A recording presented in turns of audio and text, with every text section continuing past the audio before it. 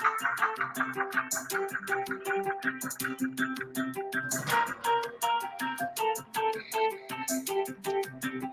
everybody, welcome to the briefing room on ABC News Live. I'm Devin Dwyer here in our Washington newsroom. Great to have you with us on this Wednesday. It's a very busy day here in the newsroom. We're tracking Hurricane Dorian now moving up the coast towards the Carolinas and Georgia. It is bearing down right now with active winds, wind bands coming on shore there, finally moving away from the Florida coast and, of course, leaving much devastation down in the Bahamas. Let's get the latest on the track right now and upcoming impacts from ABC meteorologist Greg Dutra, who's up in New York right now. Greg, you're in our weather center. Where is this thing headed right now? It looks like it's headed toward the Carolinas. Now, it doesn't have to make landfall on the Carolinas, that wide-reaching impacts, but it is still on its way up there, and it's going to rake dangerously close to the Carolina coast. We are expecting some large storm surges from this, too. Right now, a Category 2, winds 105. Yes, it has weakened from that behemoth storm system that we saw move across the Abaco and Grand Bahama Island, but do not sleep on this. 2 is still a very intense hurricane, and it's moving so close to shore that we are going to see those big impacts. 4 to 7 foot storm surges in the low country. They call it the low country for a reason. That's a dangerous cocktail. You've got low terrain, you've got high storm surge, high winds, and also high rainfall totals. It is going to cause some coastal flooding here, and we're really targeting Thursday as the day that we see the biggest event. So we can't let this out of our sight just yet. I have a feeling there's going to be a lot of news about flooding and probably some swift water rescues coming through the next couple of days. Yeah, this thing is really a slow mover, but at least picking up a couple miles an hour. Greg Dutra in New York, thank you so much. State and local officials down there preparing for the storm, as Greg was talking about, mobilizing resources at all levels, including the federal government, to assist with rescues. That has meant the Department of Homeland Security has made an abrupt announcement on how they will treat undocumented immigrants in this country. Here's Homeland Security Secretary Kevin McAleenan a short time ago.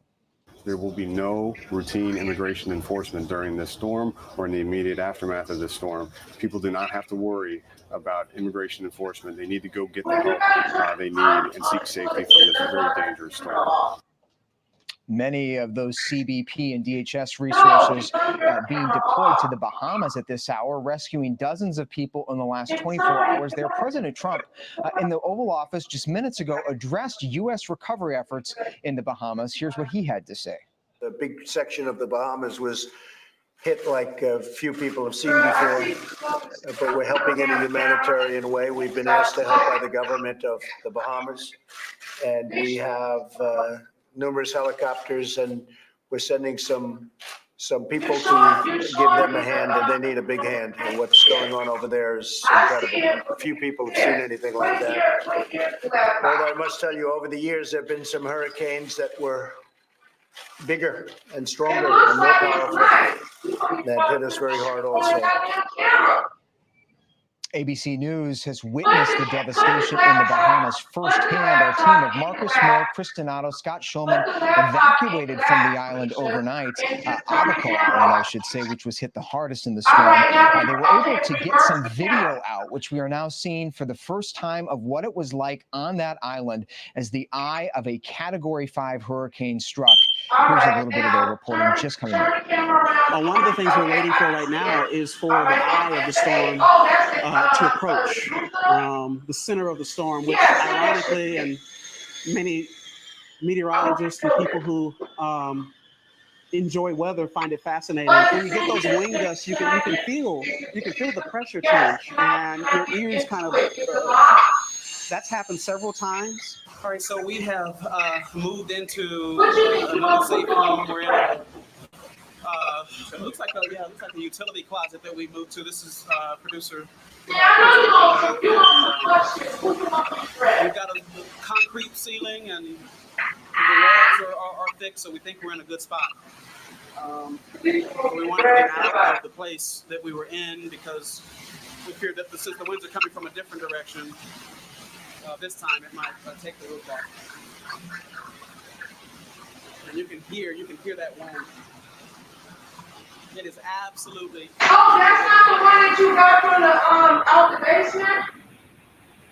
And the winds just have not let up. I mean, look, the winds are so Oh yeah, hell yes, and that's an Acer. That's a really good laptop. At the top of the crack bed, it seems that lock is barely holding on. And then Yeah, that's when I see that's when that at the water pawn shop. cascading into That's this when at the condo. pawn shop. Absolutely incredible.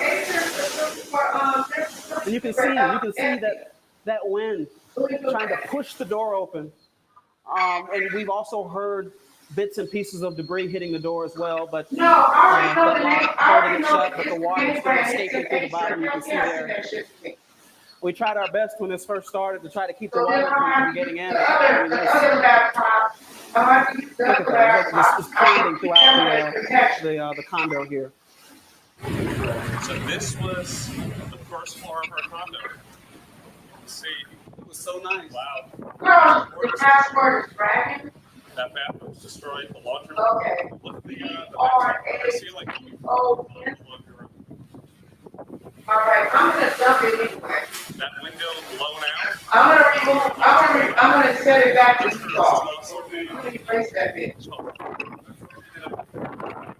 Yeah, but that was what's on the other end. I am gonna set it, I'm gonna dump it. You want me, but you want me to be nosy, though? I can't be nosy. Wow. The fridge completely moved. Just what was in the fridge is out of the fridge. That All right. whatever. AC vents kind of like filled with water. The balcony completely gone. An extraordinary look just coming in from what it was like in the eye of Hurricane Dorian in the thick of things just a couple of days ago. Our thanks again to our team, Marcus Moore, Chris Donato, and Scott Schulman, who have now evacuated to a different part of the Bahamas.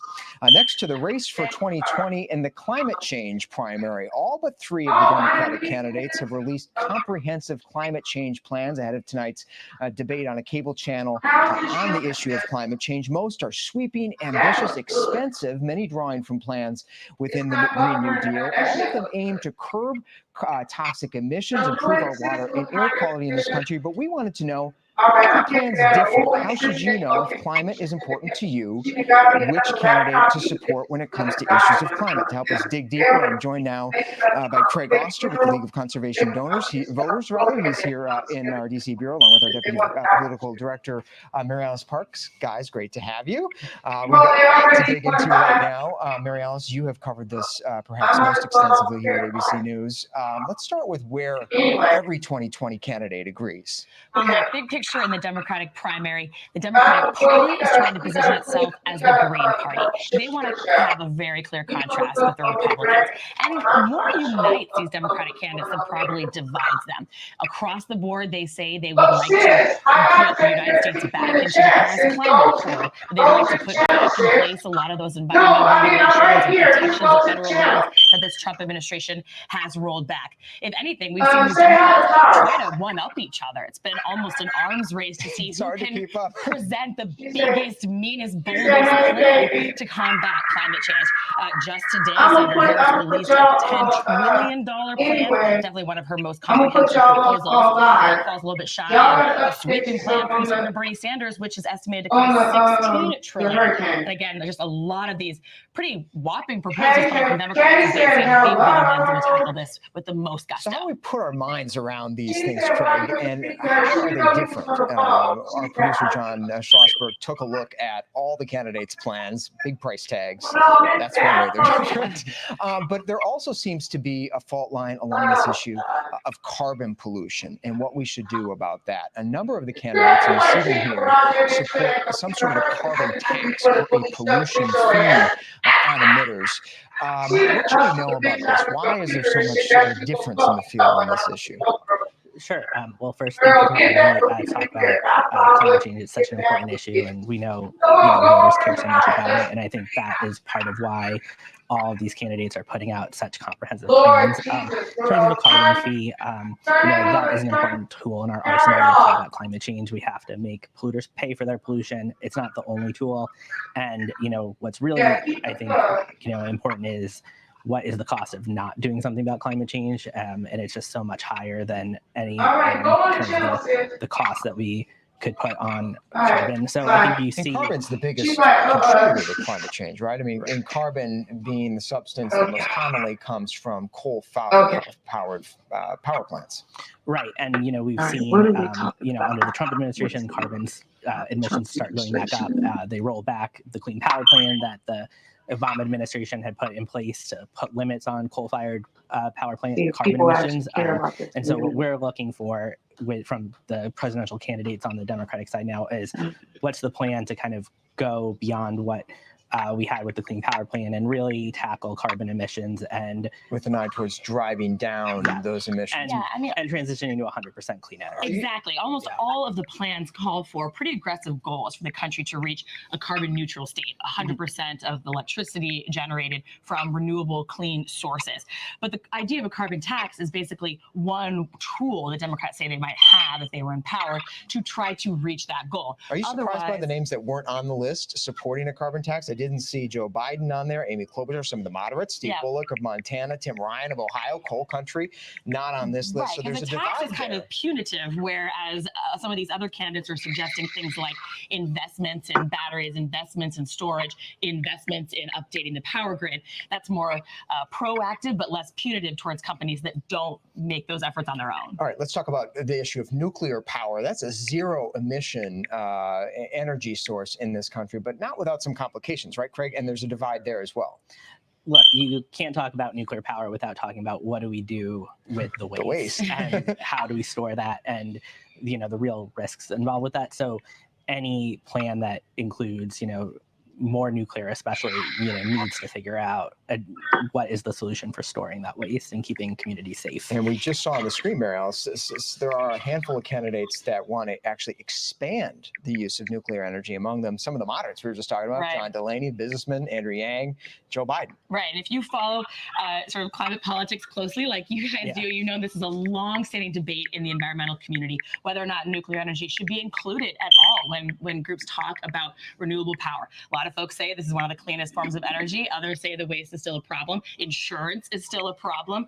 And it will continue to be a debate within that community. But it's not just nuclear. There's debates about fracking, natural gas, where the line should be for what's done on public lands. And it's in those fine-tuned details that we start to see some of the differences between Democrats. There's some unique proposals on the table, too, as you know, from some of these candidates. I want to get your temperature on these, Craig. A divide over one idea that's been floated by a couple of candidates to declare a national emergency on climate. Bernie Sanders and Tom Steyer have been pushing this. Would that be a helpful idea?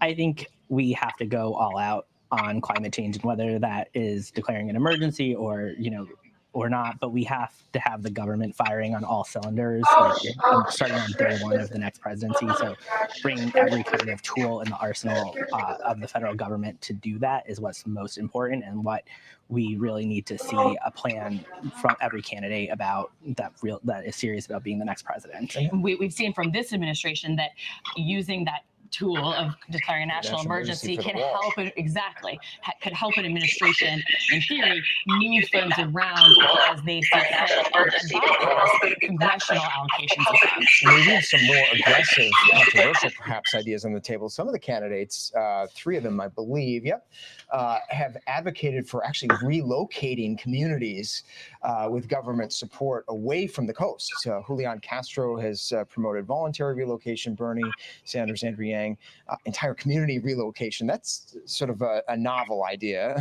is one way to put it. I mean, we have to talk about adaptation and protecting communities as well as mitigating against climate change. But, I think, we have to be realistic about what we can start doing now to get us back on track to hopefully get to the point of having to relocate communities. But it gets to that. Yeah, I mean, there's definitely some. It's hot. It's hot in here. The administration is taking steps rather than doubling down on those things. We need to be accelerating clean energy, and we need to be investing more in climate resilience. He's like, you need to be investing more. Hey, what's up? This is your girl, Nicole Reloaded. And we loaded up, and we loaded up, and we loaded up with another video. Hey, how y'all doing, daughters, daughters, sons? How are you doing? Welcome to Nicole Reloaded. All right, we watching the briefing room in regards to climate change. Y'all need to get prepared to vote. Stop worrying about who dragging who. Put that on the back burner because they're going to still continue to drag. Thank you, Trish, for coming over, my sister. I am Lionese. Welcome. Thank you. Girl, you know I can't pronounce your name. I just messed up the church's money. How you doing, Tara number 2? Lionese, we got Fifi, my moderator that goes strong up in this mother sucker. We got the master plan. We got Tara info for you. She'll cut your head off if it needs be. And shit. And we got the king up in the room. Okay? The real Aaron Collins. Y'all make sure that y'all subscribe to each other and network properly. And you know, I'm going to put the phone on speaker because, you know, we always conversating about this, that, and there. And let's figure out what's going on around the world in the United States. Get prepared to vote, okay? Get it together, all right? Dragging ain't important right now. I'm sorry too, Aaron. I went to sleep. I passed out. I was so tired. I went to type you a message and I was like, okay. The Energizer batteries in my back went down. All right. Thank you. We got the wait a minute. Why you ain't got no wrench, Tanisha? See, Tanisha been cheating on me. You know what I'm saying? You know. Anyway, y'all make sure you thumbs up this video. And thumbs it up now. Infrastructure, and we need to start doing those things like yesterday. In big picture, as we wrap this fascinating conversation, you know, it's interesting to note Joe Biden, our polling front runner, at least at this stage in the race, isn't listed under a number of those umbrellas that we just showed our viewers. He, of course, supports the things that all the candidates do back in the Paris Climate Accord, setting zero carbon emissions by 2050. But some of the more controversial ideas he sort of shied away from. Where do you guys fall on that? It's sort of been a disappointment to climate activists and progressives. You know, look, I think Vice President Biden has a really strong plan about how to address climate change. And, you know, we're going to look forward to seeing more ideas from his campaign and all other campaigns about what else they're going to do to build on those plans. That's Joe Biden, ain't it? Rejoining Paris is just like the most basic first step. And then how are they going to build on our commitment and get the world to do more as well? So, you know, I think all these plans are really important and are really great, and we want to see more, and we want to see all the candidates, including Vice President Biden and others, talking more and more every day on the campaign trail about how they're going to start addressing climate change on day one.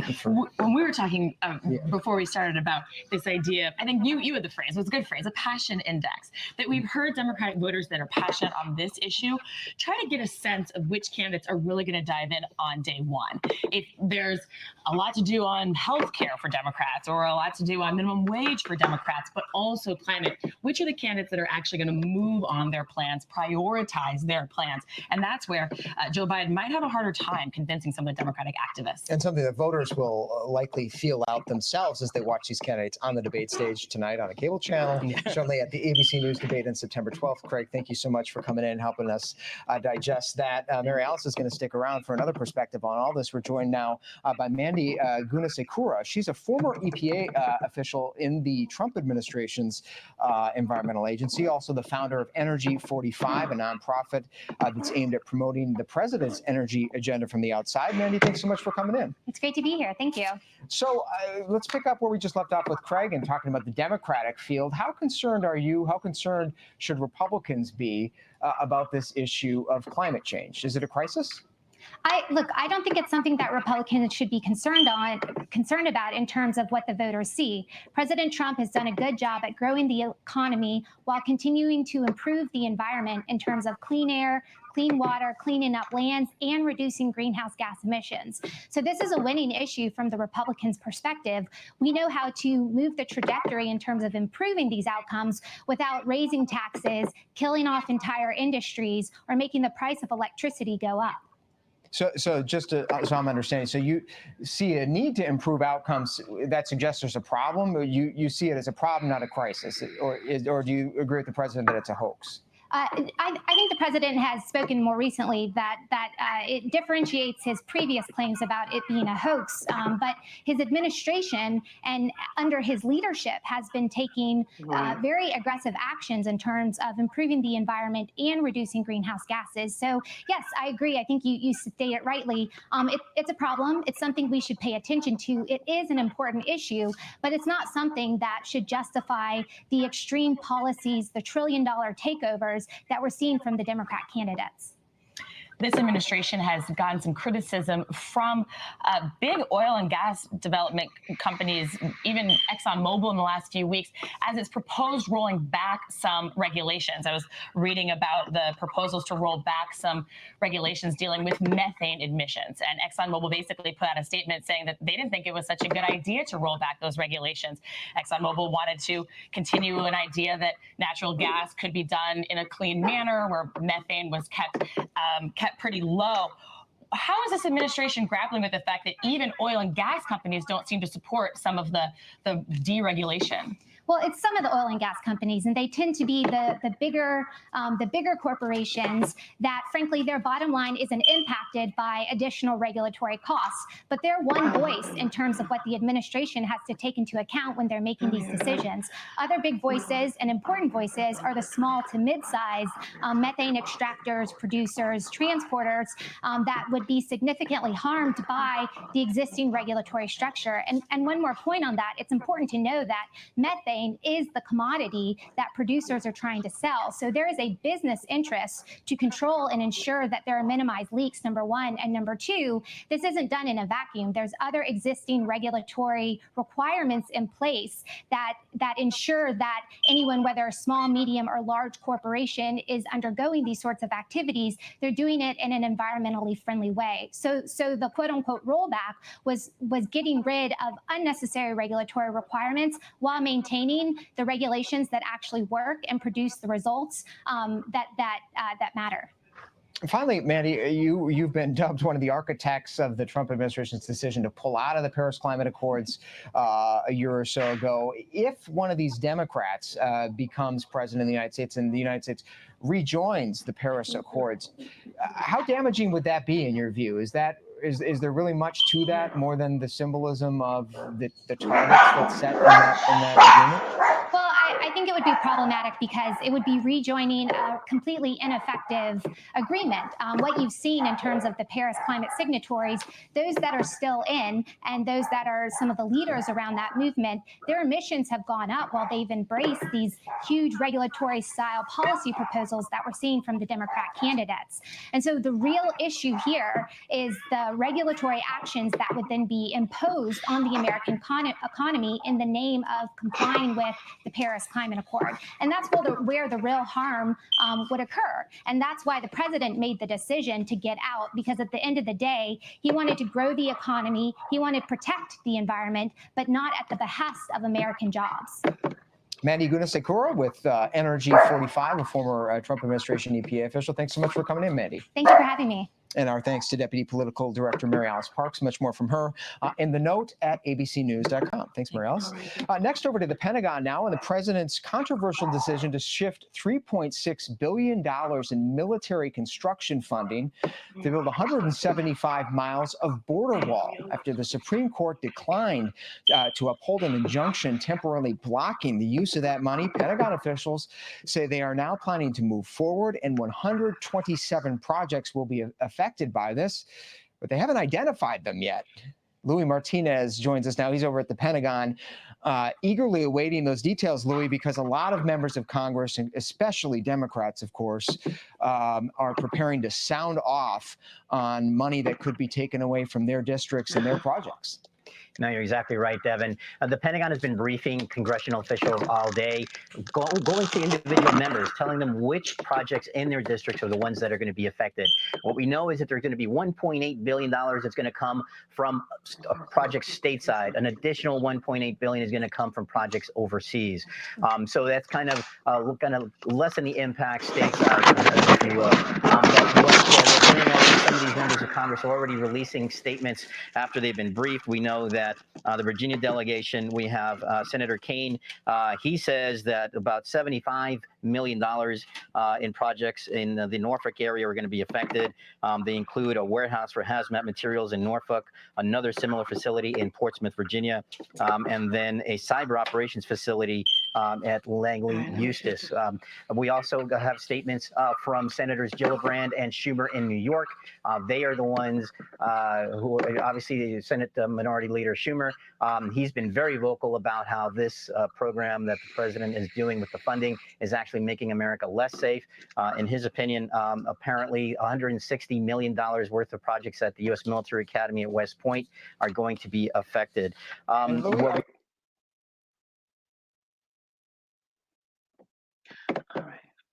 Hey, what's up? This is your girl Nicole Reloaded, and we loaded up with another video. So I hope that you guys enjoyed this hurricane update, the news about the Democrats, our president of the United States.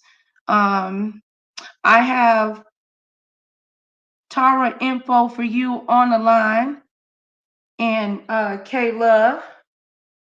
Now, if you guys want to call in and discuss in regards to what's going on and how you feel in the United States of America versus dragging people, and let's, drag these people that are in office that are not helping to benefit our communities, then let's go ahead and do it. Let's prove the people wrong, because they say that we don't care about our communities. All we care about is dragging. All we care about is arguing back and forth and not supporting each other. Am I my sister's keeper? Tara, am I my sister's keeper? K-Love, am I my sister's keeper? Y'all lie. And all I can say is, smash it, smash it. Oh.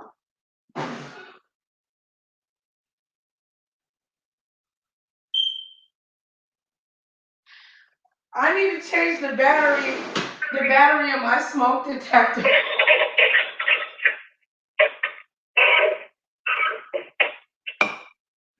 Okay, so Tara, all you have to say is to smash it. Shout out to Shush Trish. She said smash it. Thumbs up the video.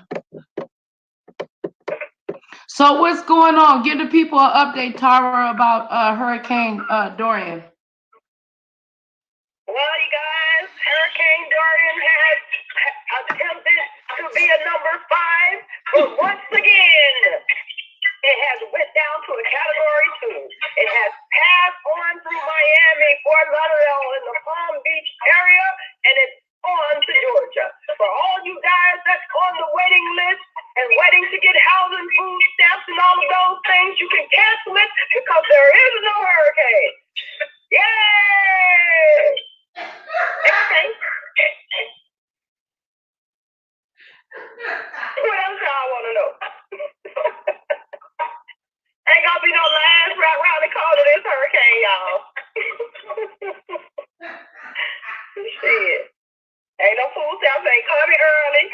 We getting our food stamps the same damn time we normally get them. I'm just saying. What else y'all want to know? Georgia Mike can tell you most. I think this is where the hurricane at right now. Anybody from Georgia in the chat? I mean, I think somebody isn't Shush Trish from Georgia, or is she from New York? Who's from Georgia? Who's from the GA, y'all? Oh Lord, Tanisha said, "Okay, we got jokes." We always got jokes, Tanisha. All right, go ahead and call in, brother Aaron. Go ahead and call in. Some light to this deadline. Oh Lord. That is Tara info for you. Roasting Nicole Reloaded.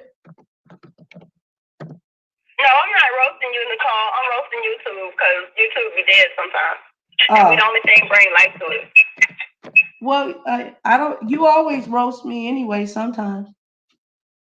Yeah, I ain't gonna roast you today. I'm just gonna barbecue you a little bit. She said she's not gonna roast me today, but she just gonna barbecue me. So ain't no telling what y'all about to hear. Okay.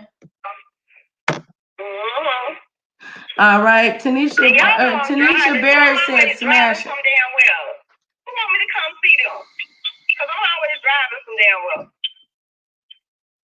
Well, if y'all want me to come see y'all, drop your address in the chat. And not no P.O. box either. And have some damn crabs over there when I get there. Well, what did you say the hurricane can affect EBT? Yeah, because normally what happens is if the hurricane hit and the person was supposed to get their EBT, whoever's getting their EBT, you know, in the U.S., they won't get it at that point. They'll wait and then they'll double up your stamp. But normally, that's what they will do. Now they're not doing it because the hurricane, you know, it passed us, so they can forget about it.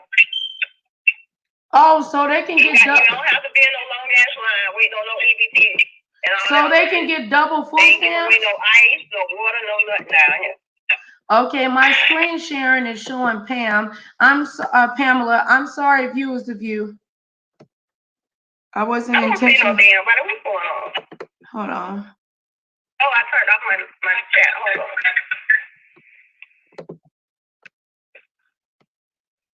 What's going on? Oh, well, shit. Okay, hold on. All right, here it is.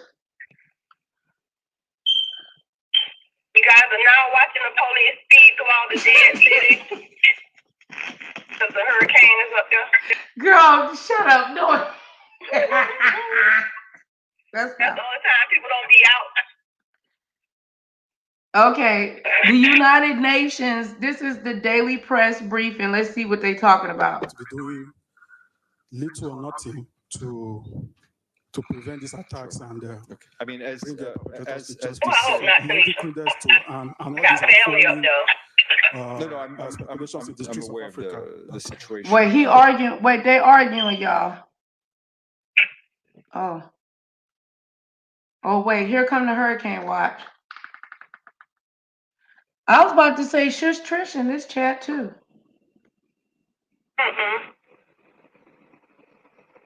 Only her spirit, girl. Only her spirit.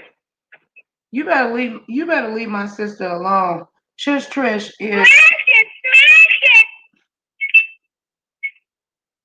I'm through Shush Trish and smash it for us one time.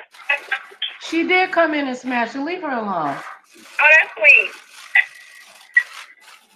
I got an underlying sweet tooth for sweet. We thought we'd give you a update on the hurricane. We got lucky in Florida, very, very lucky indeed. We had actually, our original chart was that it was going to be hitting Florida directly. Maybe I could just see that, Kevin. It was going to be hitting directly, and that would have affected a lot of other states. But that was the original chart.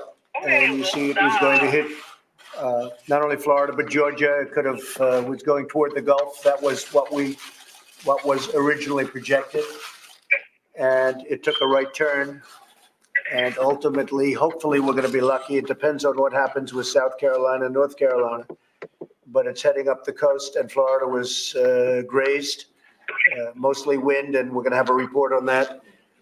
We have been sending through the United States Coast Guard, who have been incredible. They're on the Bahamas right now, and they're helping with the Bahamas. The Bahamas was a big section of the Bahamas was hit like a few people have seen before, but we're helping in a humanitarian way. We've been asked to help by the government of the Bahamas, and we have numerous helicopters, and we're sending some people to give them a hand, and they need a big hand. What's going on over there is incredible.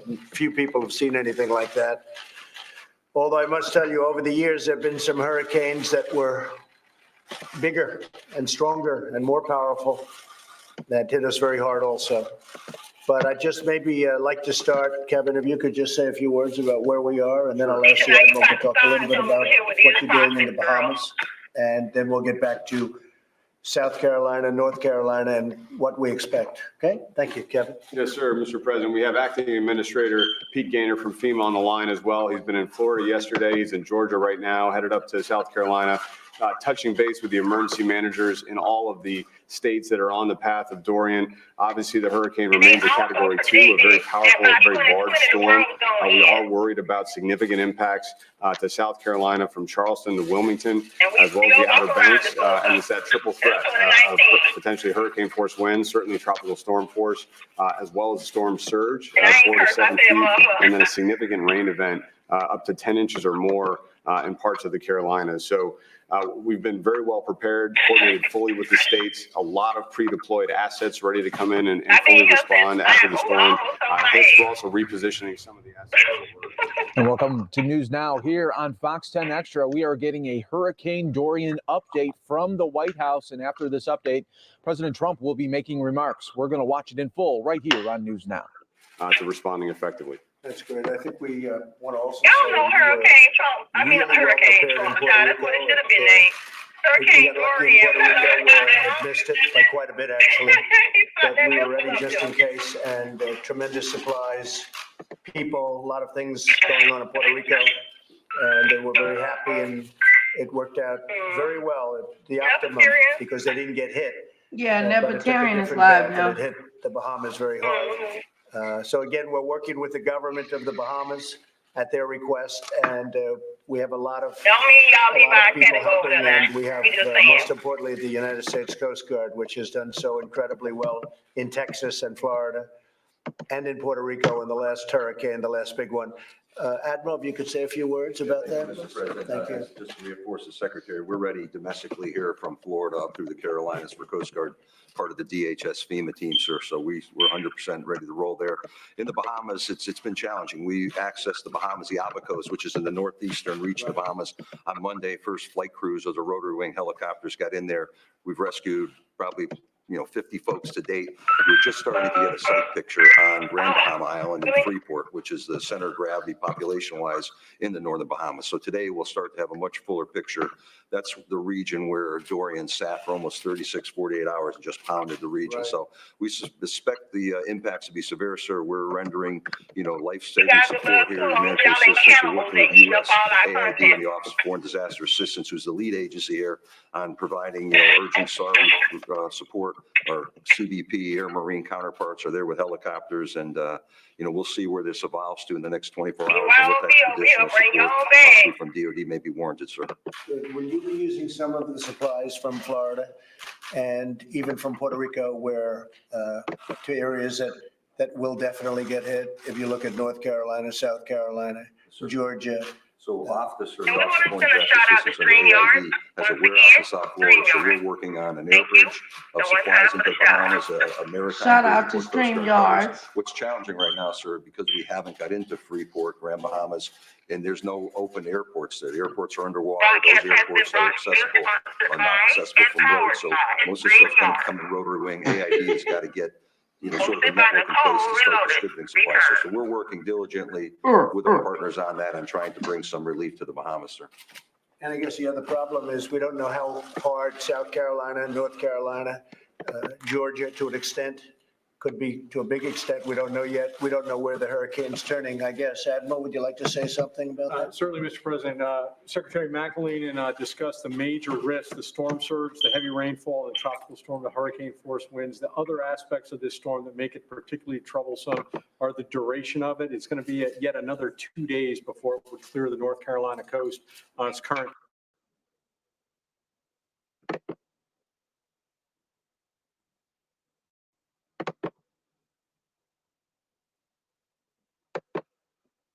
Hey, what's up? This is your girl, Nicole Reloaded, and we loaded up with another video.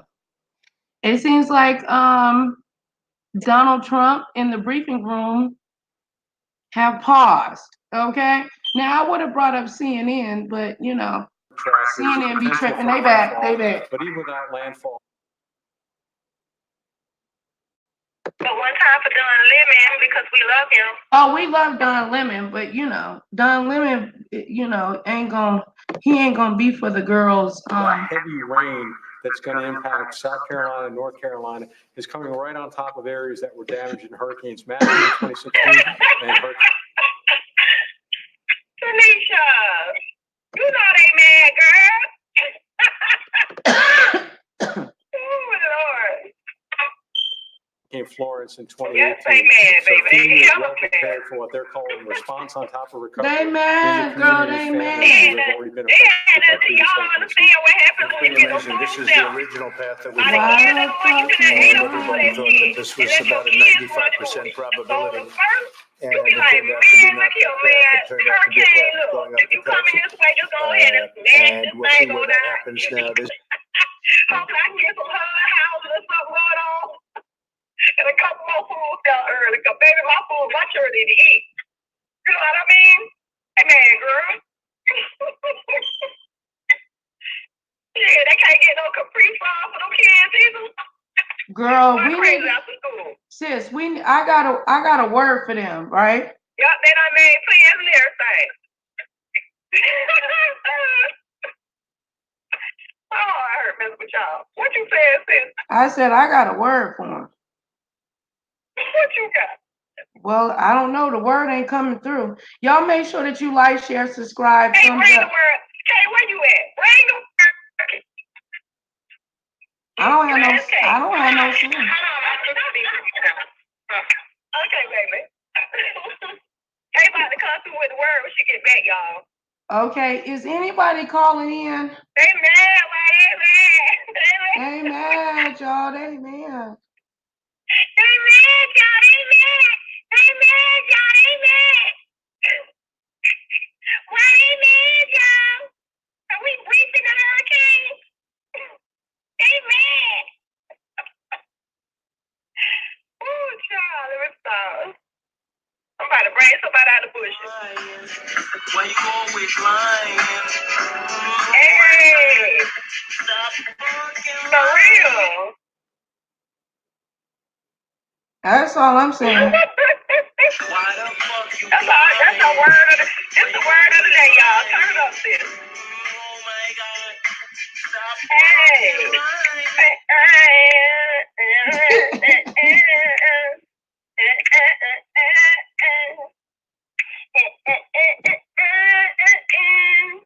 I wonder if you know that I know he's lying right now. Oh, you got the new Modella? I ain't got this video going up. Girl. That's your BMW? That's nice. That's your girl? Charlie. Okay, I see you. But I just want to know one thing. You ready? Why the fuck you lying? Dad. Why you always lying? Oh my God. Stop fucking lying. Always lying to me. Lying so much. You making it hard for me. Yeah. Every time you tell me something, I figure that you're lying. It's almost like faking. Oh yeah. Yeah, I know you're lying, but you sound excited, and you know that. Oh girl. I'm gonna keep on lying to you. Yeah. Until you think it's the truth for you. Yeah. Now, girl, I know you feel it. Oh, you know you can't help it. You know what I want to know. Why the fuck you lying? Why they lying? They on YouTube. They're fucking lying. Raise your hands in the air. In it hard for me. Lying. They're always lying. Oh my God. They always lying. They be lying to me. You're making it hard for me. That. Trump be lying like that. Oh, Trump be lying like that. Trump be lying like that.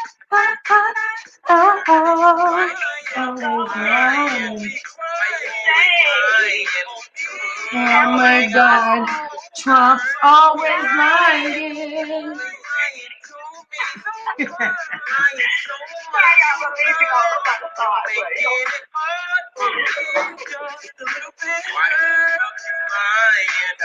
Why you always lying? Oh my God. Stop fucking lying. Always lying to me. You lying so much. You're making it hard for me. Yeah, he said hard for me. Why you always lying? Why is Trump lying? He's always lying. Anyway, hey, what's up, boys and the girls that are in the yard? Welcome to Nicole Reloaded, and we loud and we own the mic. Hey, I can't rap, but it sounds really right. Hey. Now this video is sponsored by Daji's Cosmetics. Get into it. Okay? Get into the natural beauty of an African American female. Oh, yes. Are you ready for it? Do you see that beautiful black girl? Oh, yes. Do you want your skin to be as pretty as hers? Zorda, do you want to be as beautiful? Luscious, beautiful, silky skin, smooth, by Daji's product. Oh, I heard that. Get into Daji's Cosmetics. Okay? That's right. We are sponsored by Daji Cosmetics. Okay? Yes, sir. Are you ready? Do you want to review the products? Do you want to feel better? Do you want to do better? See, you niggas don't want to vote, and you don't want your skin in order. Okay? They don't want it in order. They don't want it in order. Hallelujah. You got gold. You see the gold skin? Look at that natural arm. That's my daughter's arm. Hallelujah. Look at that. I don't see that gold sparkling all over that arm. Rub that on that arm. Rub it on the arm. Hallelujah. Rub it. That's just the beginning, Lord. You can have it now. You can have it now. And when we get to 1,000 subscribers, Nicole Reloaded will be giving a very good giveaway. Now, you can't have his hair though, okay? You got to use that oil to get that hair. That's not weed. Okay? You see that hair that right there? Go ahead. All natural. Go ahead and sing, Tara, because they don't know. It's all natural hair on the head. You won't be getting that indeed. Don't go to your soul looking for it, you know. You will find that hair and your hair won't grow. You better go and get the nice product and rub it on your skin. Have it shine on up. You're gonna get you some glowing skin today, but you won't have a hair no way. Hallelujah. Hallelujah, Lord. Oh, Jesus. Praise God. Now, see, we over on Nicole Reloaded, we are always loaded up. Oh, he calling in? Okay. Ooh, wee. Now, let me change the screen share, honey. But how much do we show? Okay. Do we show the 5 ways to wash your face, bitch? Okay. I'm fucking lying. Hey, that's right. Let's get it all natural, baby. Get it all natural. You can reveal yourself. You ain't got to wear no more lashes and eyebrows. All you got to do is go get your eyebrows waxed and have a natural glow.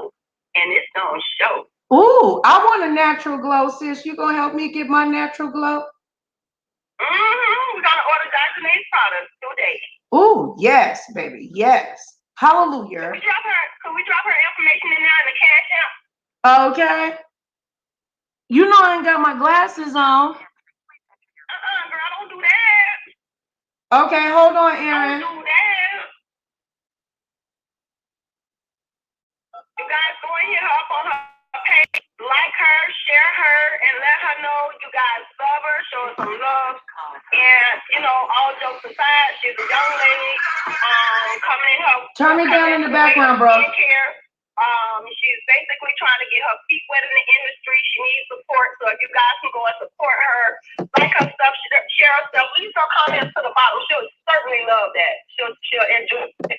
And you guys, if you really, want to invest in something, go ahead and invest your money into Dorian's little products. You will, you won't regret it. You use our stuff today, you'll love it tomorrow. Oh yes, and this is my baby. Okay. For all you haters. I'm trying to find her video, but she has a video, but it's not. Nicole's daughter, you guys, by the way. Yep. And if any of you whores think you're gonna come for my daughter, we already have a plan to destroy you. So it would be best that you leave my baby girl alone. And two, I'm so sorry, sis. I don't want to cut you off, but I am reading the chat and they said drop the info, but we want to let you guys know this is not a plan.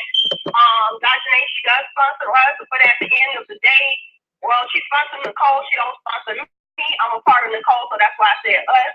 But at the end of the day, you guys, if we can't put her information up right now, we're gonna drop it in the comment box below. So after this video's off, you can go and get the information. And if not, go to her videos. Like I said, hit that like button. You'll find the information that you need there. Thanks, you guys. Nicole, she just dropped her Instagram, so if you guys want to check it out, definitely give her a shout out on Instagram and like her over there as well. Give her hearts and all those things. And Daji Cosmetics can also You can look down and you'll also see the link. She can Daji Cosmetics will also personalize to your needs for your skin. If whatever she's utilizing, she will have a personal consultation if that's what you desire with her, and you discuss what your skin issues are, and she will make you something personalized for you personally. Right. This is not a one-size-fits-all product. You know what I mean? Everybody can use it to a need. However, according to your skin texture, type, tone, different things of that nature, you guys, some people have oily skin, some people have combination skin, some people have dry skin. So you guys let her know what you're dealing with, what your skin issues are. Do you have adult acne? Do you not have acne? Do you just want something to moisturize? And she'll definitely address each and every one's concern. So you guys, please, once again, give her a shout out. Check out her on her Instagram. Check out her on Facebook.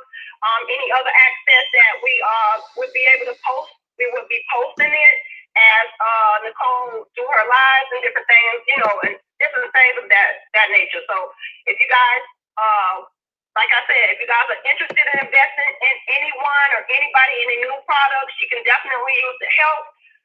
Go ahead, send her, a little investment by way of whatever means she chooses once you contact her. Thank you guys for listening. Back to you, sis. Well, thank you, Tara. Tara is a very big support. That is my sister. So when you guys see Tara info for you, she got the info for you. That's my sister, as well as Tanisha and Kayla. All right, we running this together. We are coming together and unifying as a family. Now we got our brother, the King, on the phone. We got another Black King. Okay. All right, Aaron Collins, welcome to Nicole Reloaded. Go ahead, Aaron. What's up, family? What's up, Queens? How y'all doing today? Well, we blessed that we got you here. know that's right. I feel honored to be in a position of real queen. I feel very humbled by that. I wanted to also comment on what you were saying earlier about this. Hold on, brother. Can you take me off a speaker, babe? So the people can be able to hear you? I have to turn my thingy down. I'm so sorry. No, it's okay, babe. Continue, Aaron. I'm sorry. I'm actually in the middle of working. I'm actually in the middle of doing something right now. So I'm sorry. how's this right here? No, you're perfect. Go ahead, brother. Okay.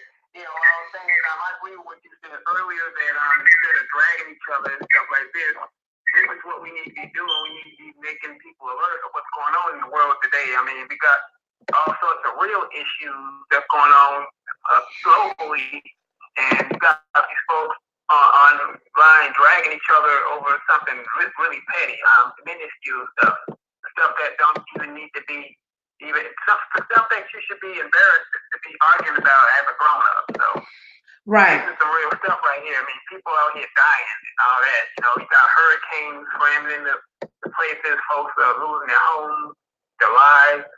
And you got people coming on here talking about something like weave and makeup and stuff like that.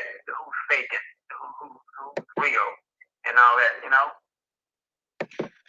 I'm just so, brother Aaron King, okay? Because we're all kings and queens. That's definitely for sure.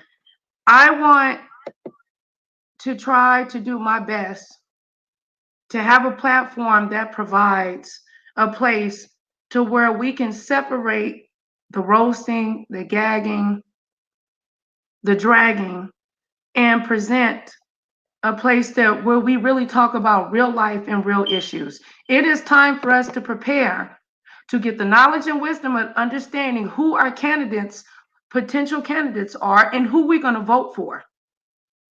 Now, when the voting went down, when Donald Trump got into office, the African-American male, statistically, the minority male, did not come out and vote.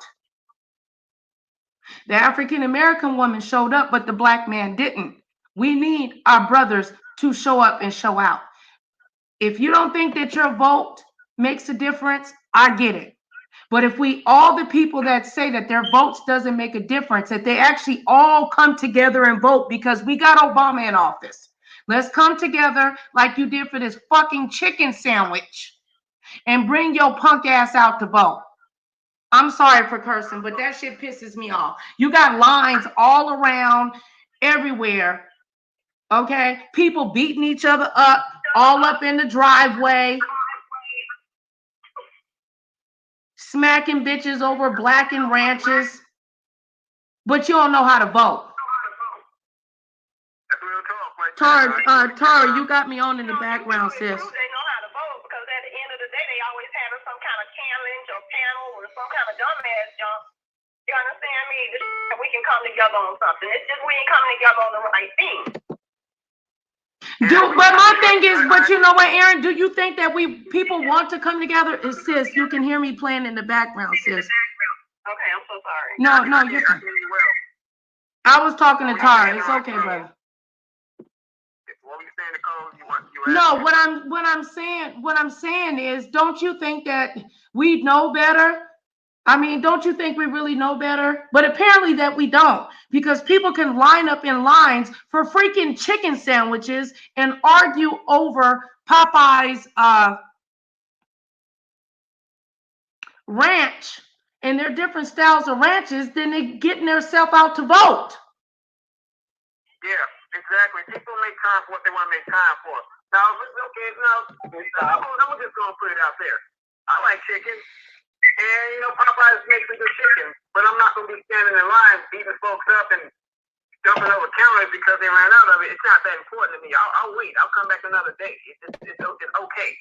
And, I mean, because like I made a video about, like, is it really that crucial? And the answer, it's not that crucial. But people just, we got the mob mentality.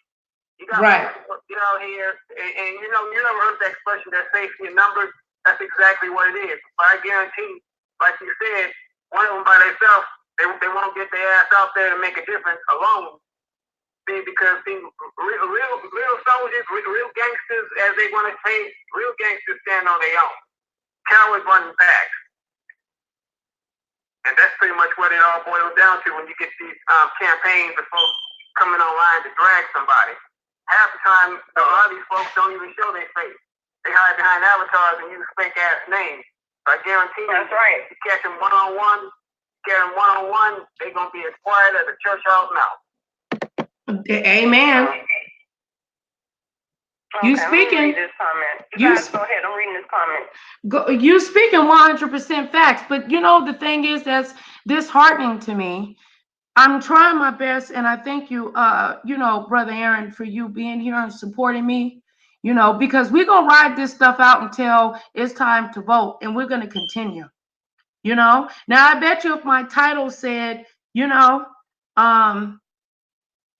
Nicole Reloaded versus Shush Trish, or Nicole Reloaded hates Mona Simone, or, you know, Nicole Reloaded, I am no longer club chat, fuck Sean. I will have all kinds of people in my chat. Why? What do we have to do to get the numbers to rise where people want to make to actually watch to make a change? But they watch on the low. And shout out to the Bush people, okay?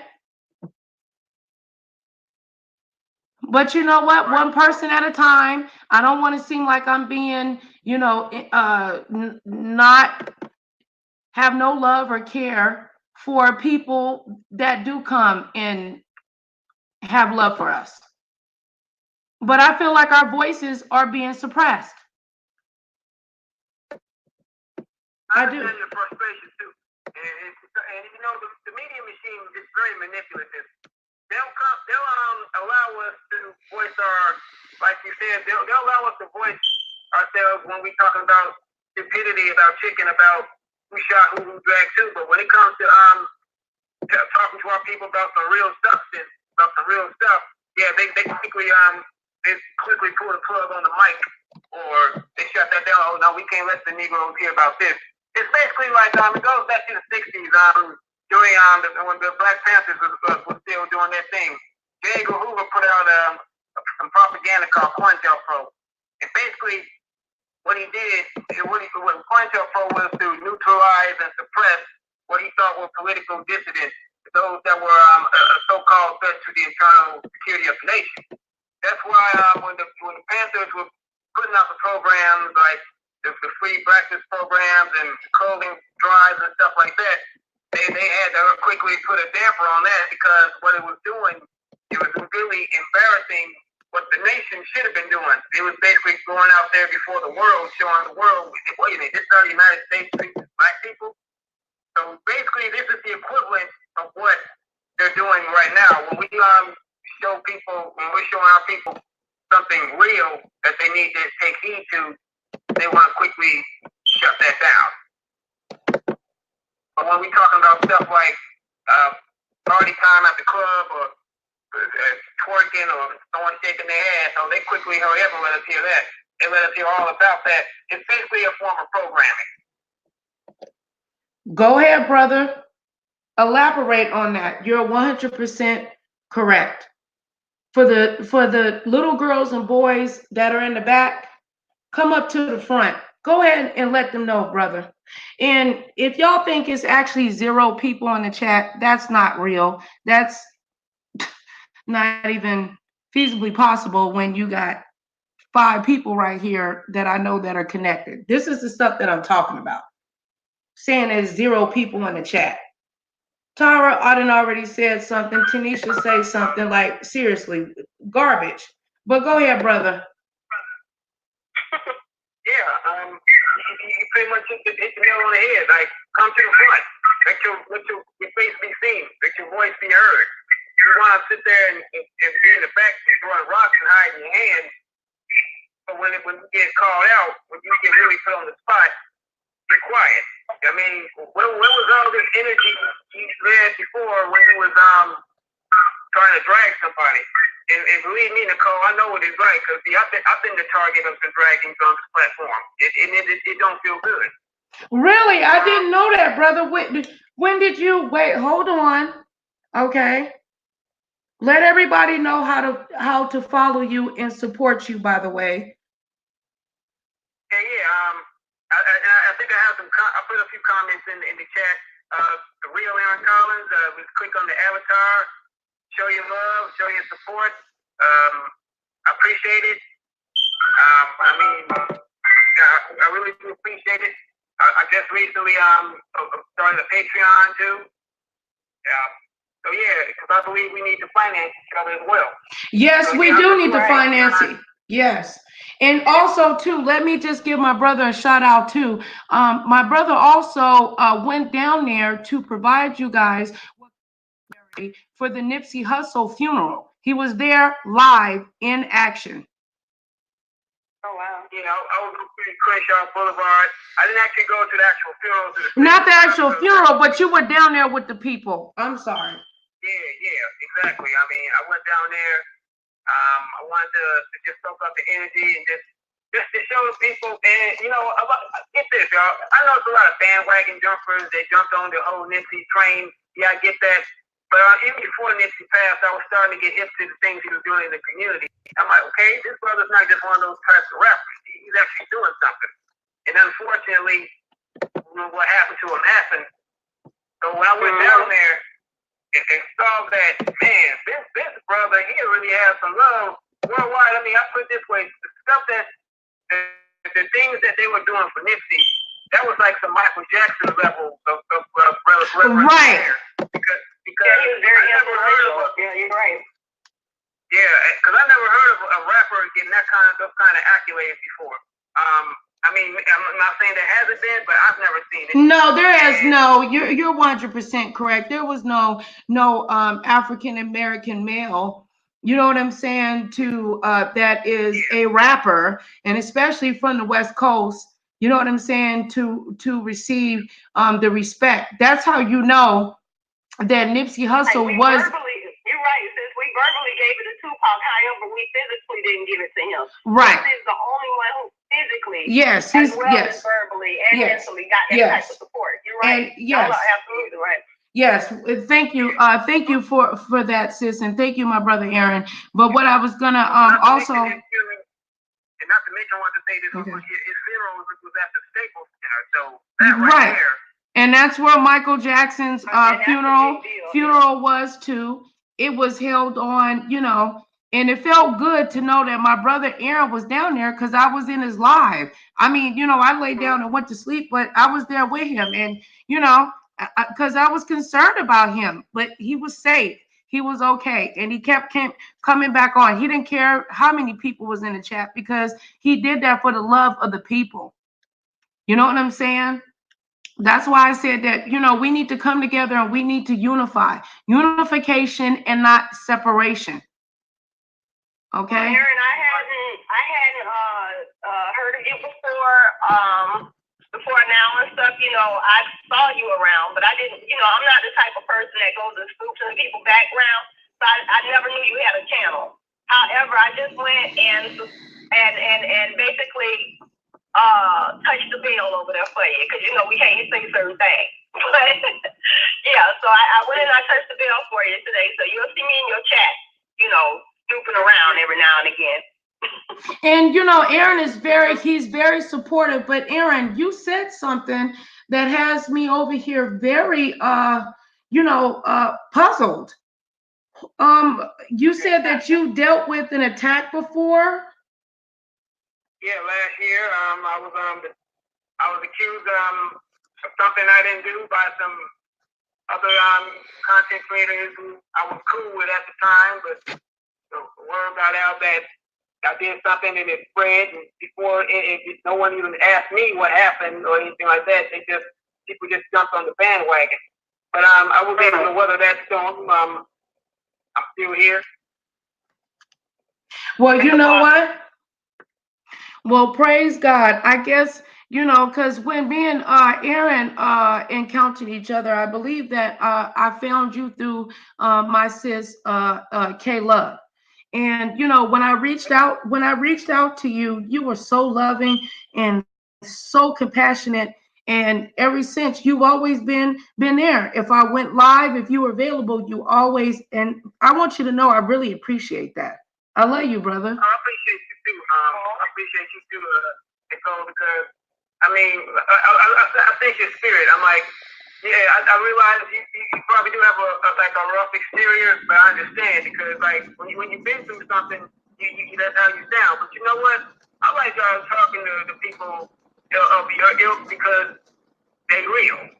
I'm not saying that folks who were and I'm not saying that folks who maybe had a privileged background or something or not really proper or not real, but it's just something about a person that really been through something in life, that really went through a life experience. I touch home for you. I understand what you're saying. I understand, Aaron. Yep.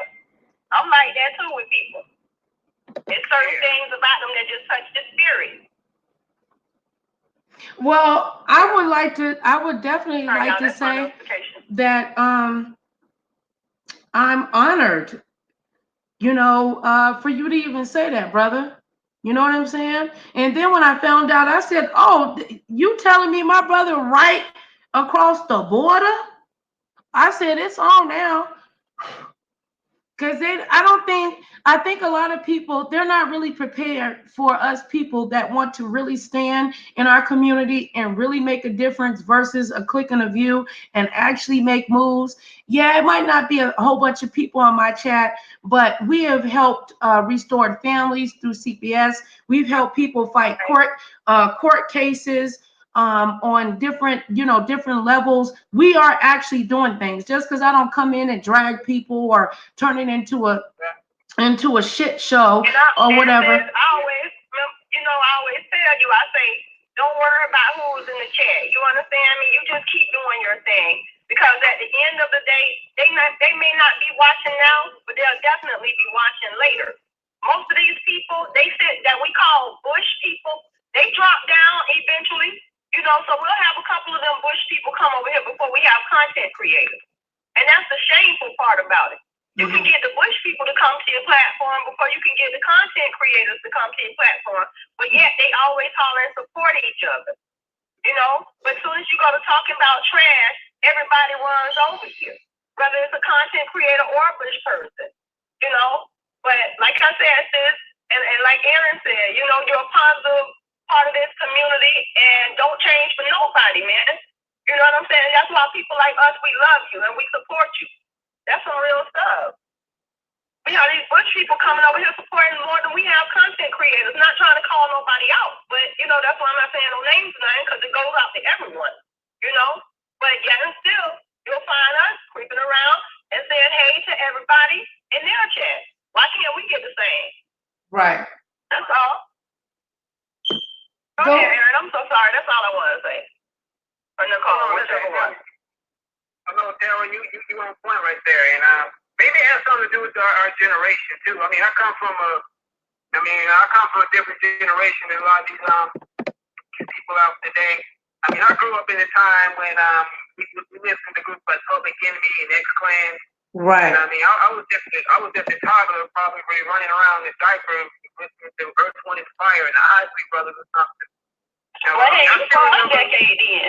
Yeah, we from the same. Oh shoot! I remember when Isley's Brothers came out. I had to go over there to Mario's Market on the west side first thing in the afternoon. You know what I'm saying? And I stood on top of my what was it? Not a Honda Accord, a Hyundai.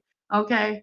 And I stood up on there and was like, I went to buy 20 CDs so I can give it out. And a whole bunch of people got pregnant off of that. I'm just.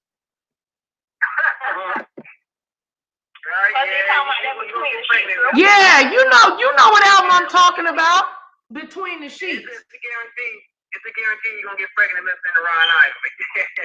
Got that right. Anything he's saying, he could be trapped in the closet with R. Kelly. Somebody gonna get pregnant. Yep. You gonna get pregnant in the closet. Why you in the closet? But yeah, Aaron, go ahead. We just went a whole other round. I'm so sorry. This is Bipolar Live.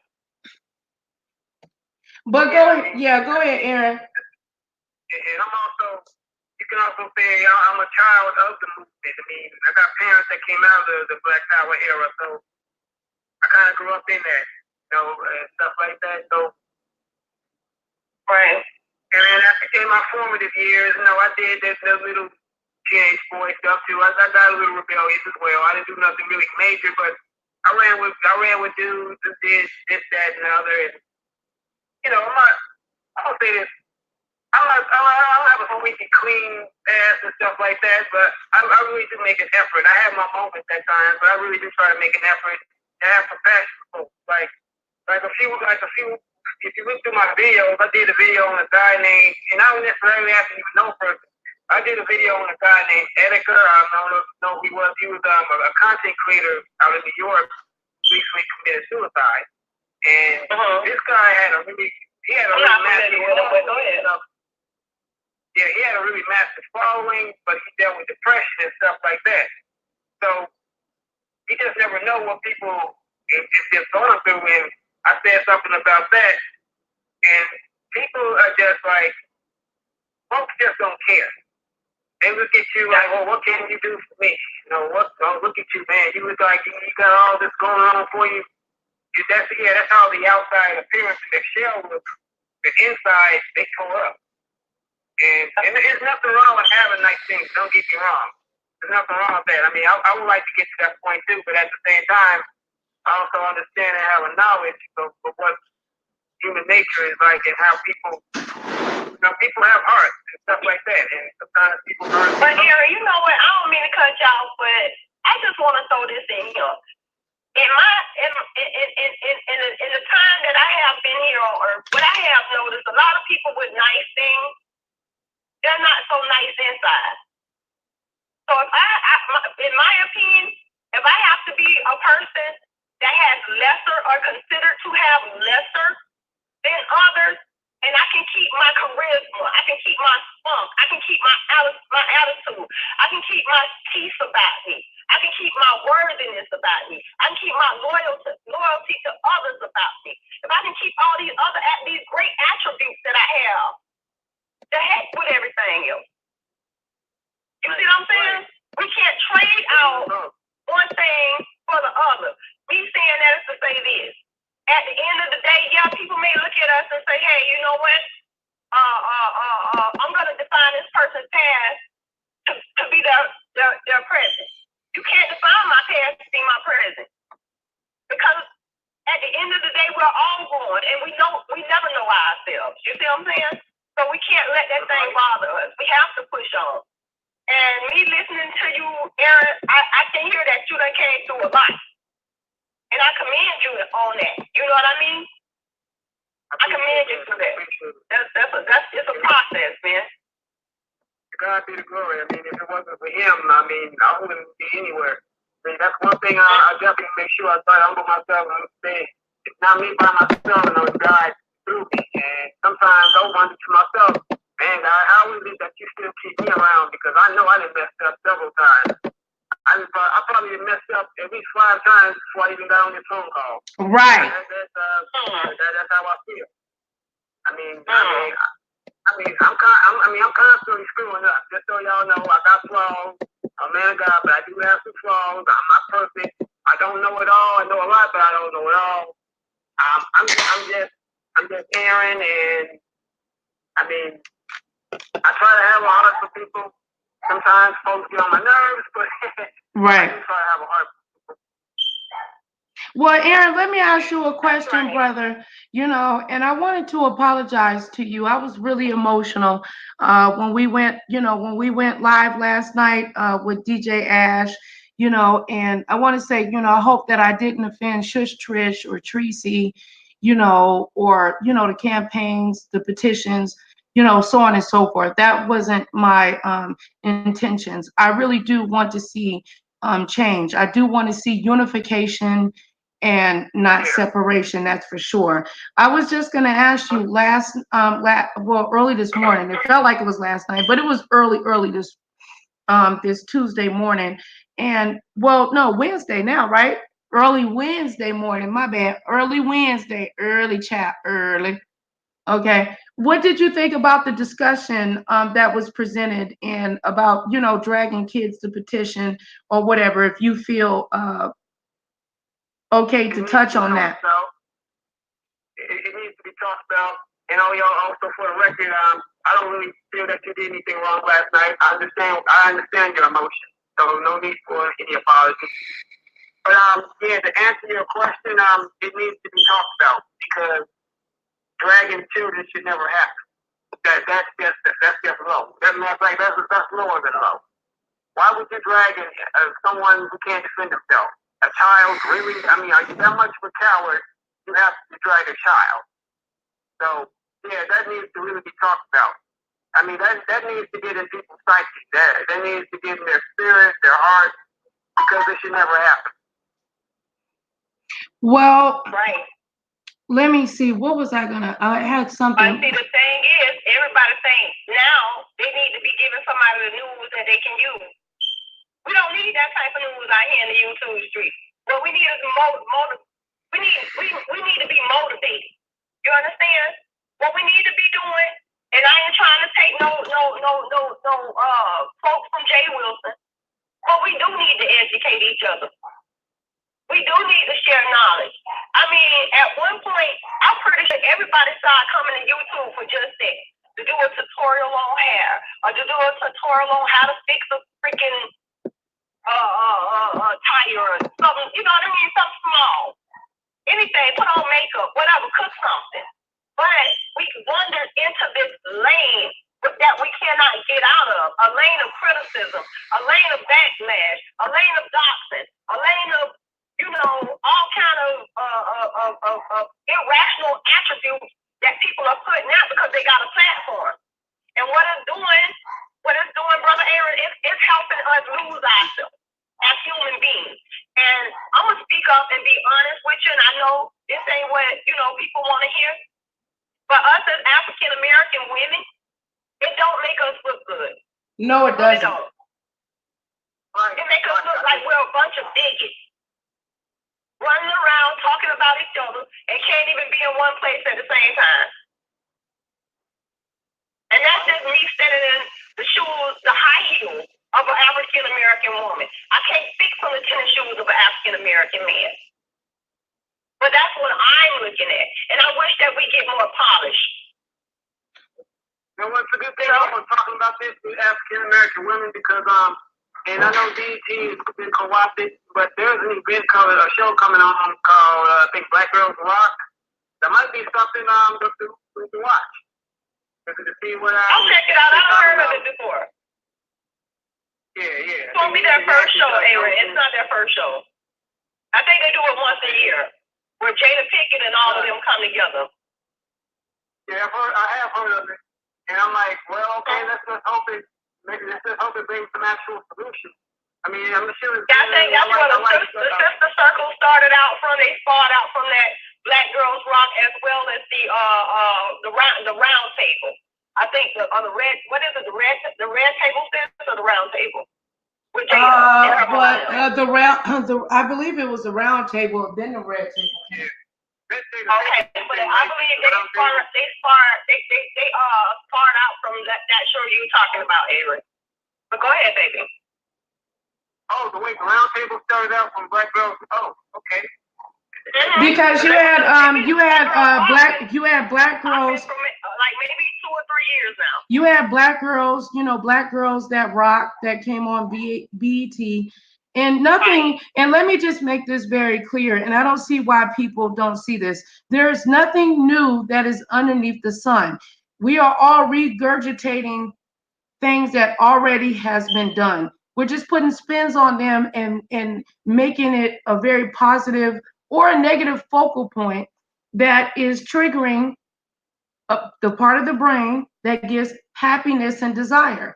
And the part of the brain that is being triggered in regards to what's going on in this sector of YouTube is providing dopamine and serotonin in the beginning. It's like when you smoke crack, okay? When they say you smoke crack, when you go and get that first high, okay, you would never be that high again. And then you come back to keep seeking, smoking that unfortunate drug to receive that same high.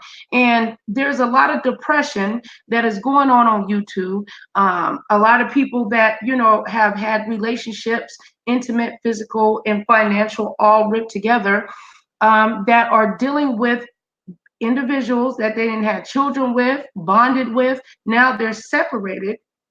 They can't afford to pay for cable because cable is very expensive.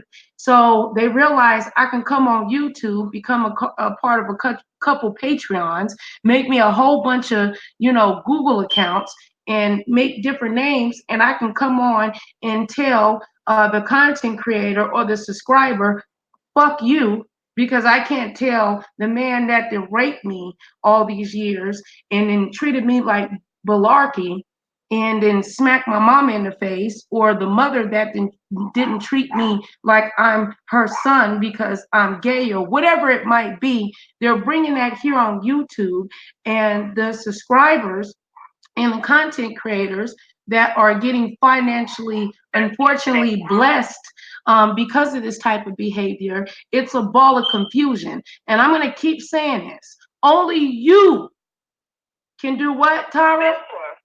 Only you can prevent forest fires. Only you can what? Can prevent forest fires. Best believe it.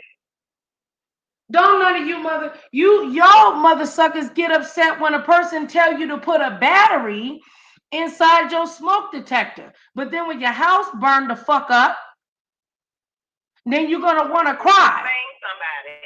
Okay? How many people, what I want to say too, how many people done paid their rent? Okay? And we'll know if you watch this video, how many people paid their rent this month on time?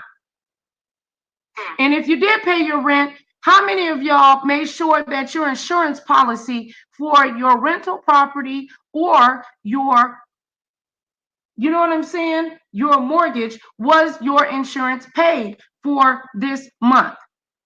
I ain't even asking about a light bill, water bill, your cable bill, your insurance, and so on and so forth. That's outside of the insurance that I'm talking about.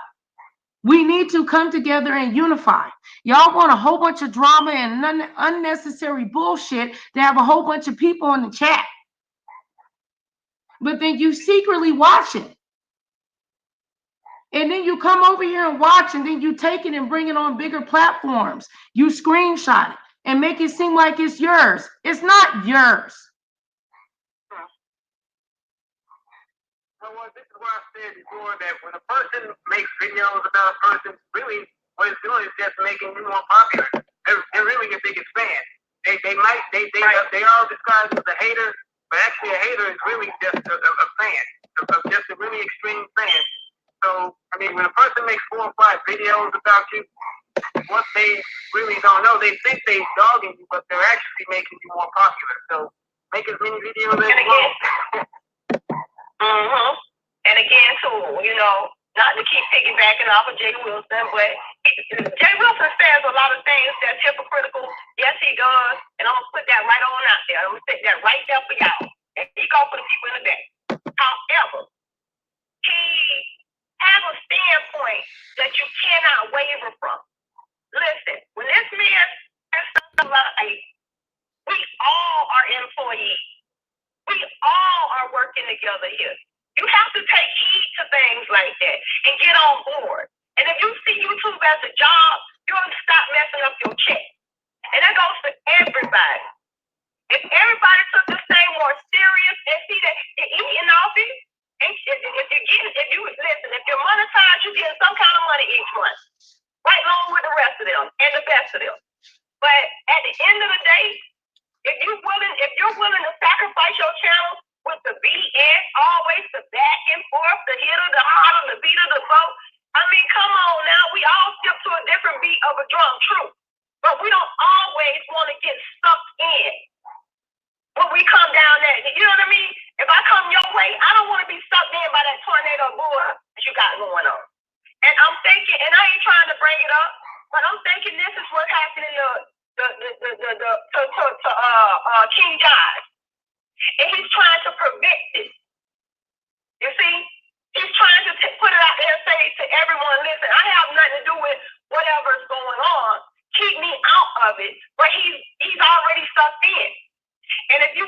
your platform clean, what I've noticed, and if you want to keep your content clean, what I've noticed, you got to put a blindfold on for the buffoonery. You see?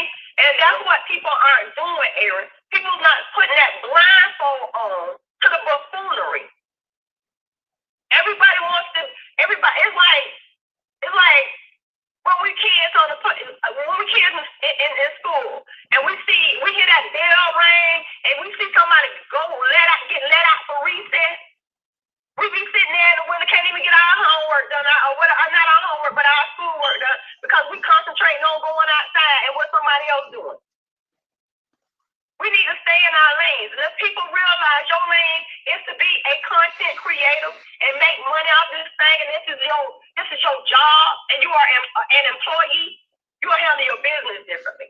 That's all I'm saying. You'll work differently, you know? I'm glad you feel like that. Matter of fact, I learned this, that for those of us who have over 1,000 followers, you are now considered what's known as an influencer. So I look at that, and I don't take that term lightly. I'm like, man, that sounds like a really prestigious term right there. I'm an influencer. And so basically, that means you have a command of a following that you can really mold. And take for granted. So, yeah. Yeah, I don't take that for granted. Yeah, exactly. And I want to mold people in the right way.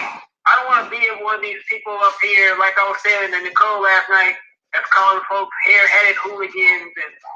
Oh my God, they done brought that over here.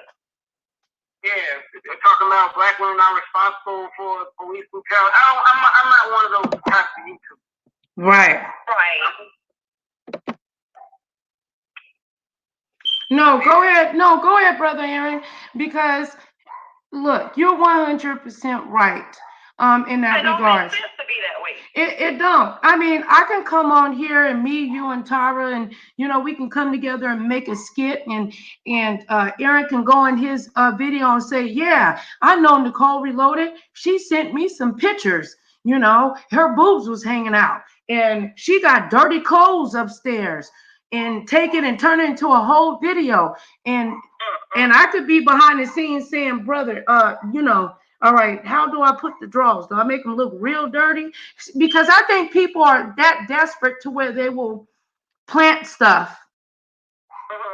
Because this is my thing, like about Tracy, and you guys can tell me, hold on, let me say this, and this is not me trying to take up for anybody or any individual, but I would like to know, if you have a house or an apartment or wherever you live in, is it an unrealistic expectation for a viewer to possibly see one day that you might have clothes on your floor? No, it's not. No, I can answer that off the rip. It's not. Because when they did the thing on Tracy, it made me wonder, damn, I'm in the process of washing clothes right now, and I'm going through to donate. So I got a pile of clothes in a couple of different rooms, and I'm trying to figure out what I want to donate, and it's kind of hard because my mama purchased it, and I feel like if I give it away, I'm getting rid of my mama, which is a psychological thing. But I'm just wondering, if I would have put myself on camera to share that with my people on my channel that I'm trying to clean up and purge, would that have been utilized against me, Aaron, as a weapon, that I'm a nasty, dirty mother effer? Go ahead, Aaron. You run that one. Because ain't nobody gonna like what I gotta say. No, I want to hear what you gotta say though. But go ahead, Aaron. When people want to use them, they want to have some clickbait. They want a screenshot. They will do that. But yeah, you had a good point. How do they know that you want donating those clothes to a charity event for children or something like that? Because see, people love mess. People don't really like to research nothing. They just love to run and tell it. They love to jump on the bandwagon real quick. They're like, oh yeah, so and so said, so yeah, it must be true. And that's how mess gets started. They don't want to find out why this person has this. Am I cutting you off, baby? I'm so sorry. Oh no, you're good. I was saying that.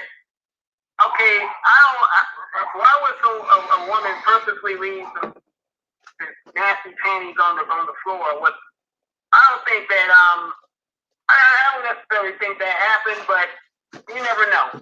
People just is that what you saw? Is that what you saw? That's all I want to know, Aaron, from your mouth. Did you see nasty panties laying down there on that floor? Well, I mean, shit. If you okay, now my thing is this. Okay, let's just say because this is my thing. We can't. I mean, well, Did you see Dirty Panties, brother? No, I didn't. Okay. Well, we're gonna keep it moving then. Go ahead. No, but what I'm saying is, you know, it would be like somebody videotaping you going to the wash house. If you go to the wash house and you're washing your clothes and somebody videotapes you, can they clip that and drag you because you're... Ain't nobody videotape her. That's... No, I get that. No, okay. I know nobody videotaped her. No, she got caught living in her own truth. Okay, but it made me wonder: is me as a content creator? Okay, on Sundays I videotape myself on Instagram, pulling all kinds of trash out, and I got applause because they like, Nicole, I'm glad you finally cleaned out your garage. That we got to judge people according to what they present to us. And you said Jay Wilson present us to be a pastor, and when he get up there and dog treats and call treats all kind of names, that diminished the pastor title on his name. Ain't that what you told me? Yes. Okay, and it goes for Teresa ass too. Excuse my language, YouTube. But I'm gonna give it to you like it is, because since you already know I keep it real. You understand me?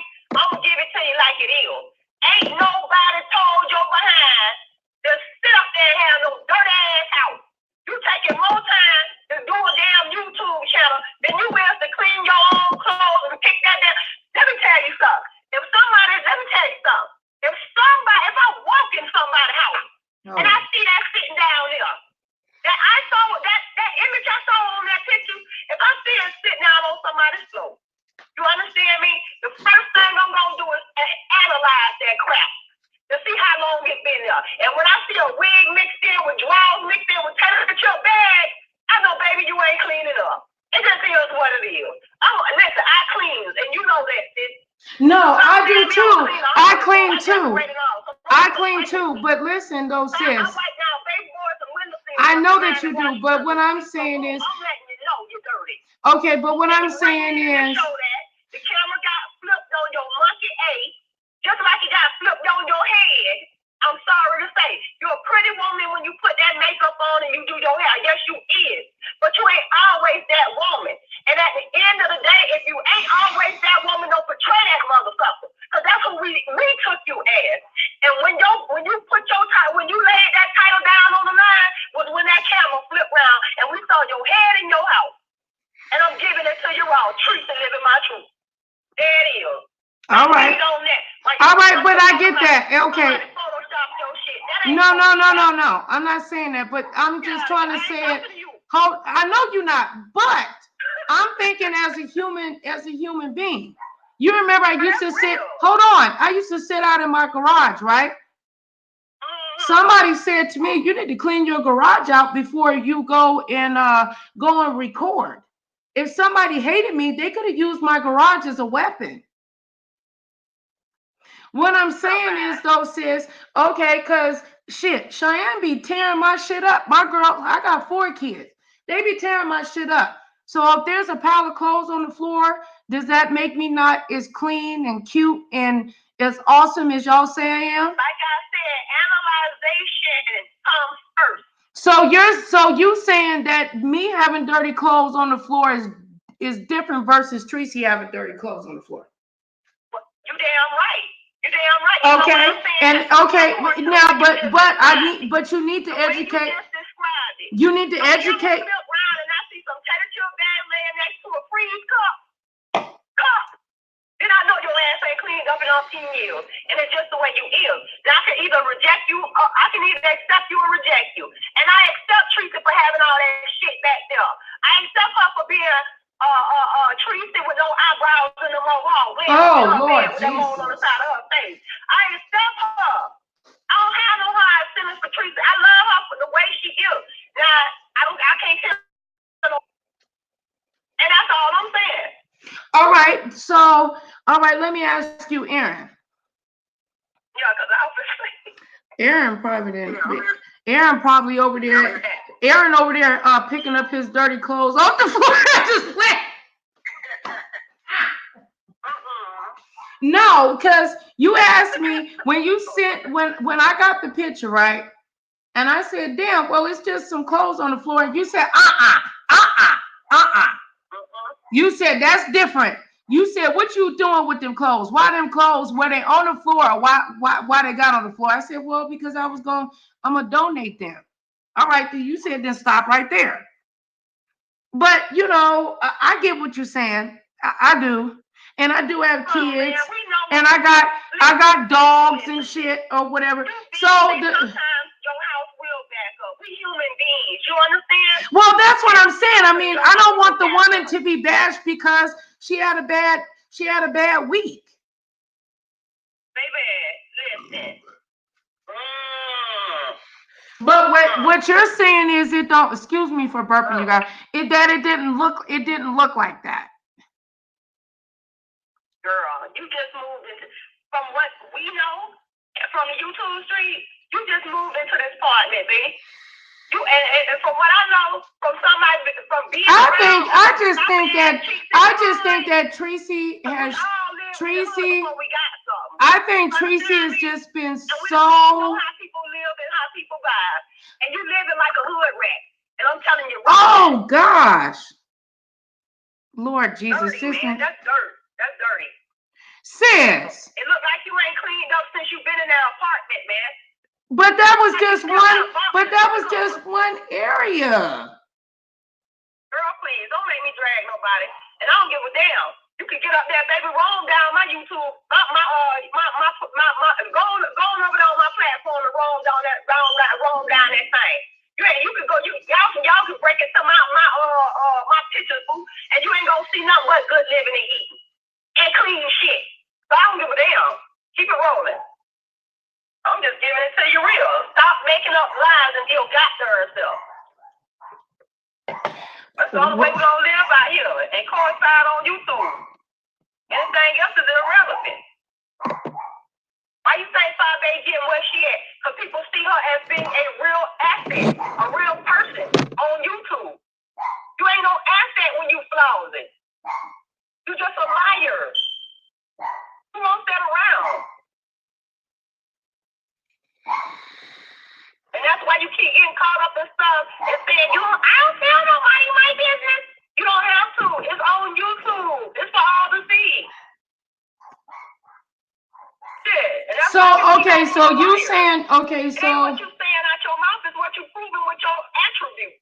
Well, I just wonder in a sense, did because of YouTube and the YouTube news and the things that's going on, do you believe or may feel that Tracy has been dehumanized? No. Not at all. You know what, I just got actually introduced to Tracy. I mean, I'm actually new. I just looked at one of her videos. She just put out a video, and she actually said some stuff that was really poignant. Like, why are people worried about what room she's in? She's in a room in her own house, so why are people concerned about the room? Why is she not sitting at the table? Why is she in her room? And I'm like, I'm with her on that. I'm like, yeah, why are people worried about, okay, if I want to sit in my room, I'll sit in my room. If I don't want to sit at the table, I won't sit at the table. Because y'all, that's right. Listen. Right. And you know what, Aaron, I agree too, but Tara is she's being more elaborate because she's watched her from the beginning when she's come on. It's bigger than that in a sense too, what the naked eye is seeing. Let me say to her. Uncle Sam, right? From us getting out here making political choices that was bad and making all kinds of mistakes in the way we choose to live according to the government. You understand me? These are mistakes. It sets the record for for what should come and what should go and what should be ahead. So at the end of the day, what I'm saying to y'all is, if you're sitting your behind up in there in a living room and somebody's wondering why you in there and you ain't went in your room, or you ain't went out the door, or you ain't did this, or you ain't did that, and they critiquing everything that you're doing on YouTube, you want to know why? Because you, as a content creator, have established it for people to do. This is how y'all built our government. This is a little government over here that we keep calling a sector. And y'all are the government. We're the taxpayers that's viewing and subbing and things like that. But y'all are the presidents and you know what I mean? Y'all the whole coalition that make up the government. Y'all everything. So at the end of the day, if y'all sitting up letting people do all this shaming stuff and y'all are shaming each other and you're coming at each other's throats and necks, what you expect us to do? I ain't gonna tell Teresa, yeah, girl, sit there in your living room, in your room and eat, or in your living room or whatever, and look cute, and just stay there stationary, girl. You look good right there today. No, you wonder why the heck you ain't over here? Why you ain't feeding your dogs? Why you got them wrapped up in a damn bathrobe? Why you on TV today and your children back there and eating? Why in the heck, you know what I'm saying, you smoking weed in your house? I should call CPS. Why you over there talking about lick it like a cone? Why you doing this? Why you talking about good shit? Why you come on? This is what we hear in the street. In our sector. In our community. So if us as the government govern this thing differently, we won't have to worry about Teresa sitting there. That's all I'm telling you. You started it, let's finish it. Don't expect it to change for your behind, your black behind. When the standards are already set. You started it, let's finish it. When you drug people, church, if you had a child right now, don't expect nobody not to drag you up. Period. Well, what do you think then, Tara, info for you in regards to people dragging kids? What you mean what I think? Ain't no process to think about because if somebody drugged one time. Listen, I got stepchildren. And they fully fucking grown in college and all. You drag them, you got to hear from me. Listen, I can't come whoop your behind, but I can darn sure put this tongue lashing on you. You understand me? I ain't gonna be no different from Teresa. I'm gonna talk about your child. I'm gonna talk about your auntie, your dad, mama, the cat that you buried out there in the pet cemetery and all. I don't give a damn. The cat in the pet cemetery. Oh Lord, Aaron. If you don't bring that and you step me in a functionary pattern, how everybody else come to people about their kids or whatever it is, I will approach you like that. Everybody don't come out popping off about their child. Some people come with a tone of understanding. It's guidelines to things, man. Dude, undoubtedly Teresa did that because she felt like she had room for that growth. If you understand what I'm saying. Somebody brought it to her. I wouldn't have did it. Because I ain't got no goddamn children. To be talking about nobody's kids. There's no right for that. It's wrong. But if I had one and you talked about my child, I'm going to talk about yours. I'm just telling you straight up. If you want to fight and we get our knees dirty and busted, I hope my mom children ain't not going to see it. That's all I can say. Somebody take them in the house.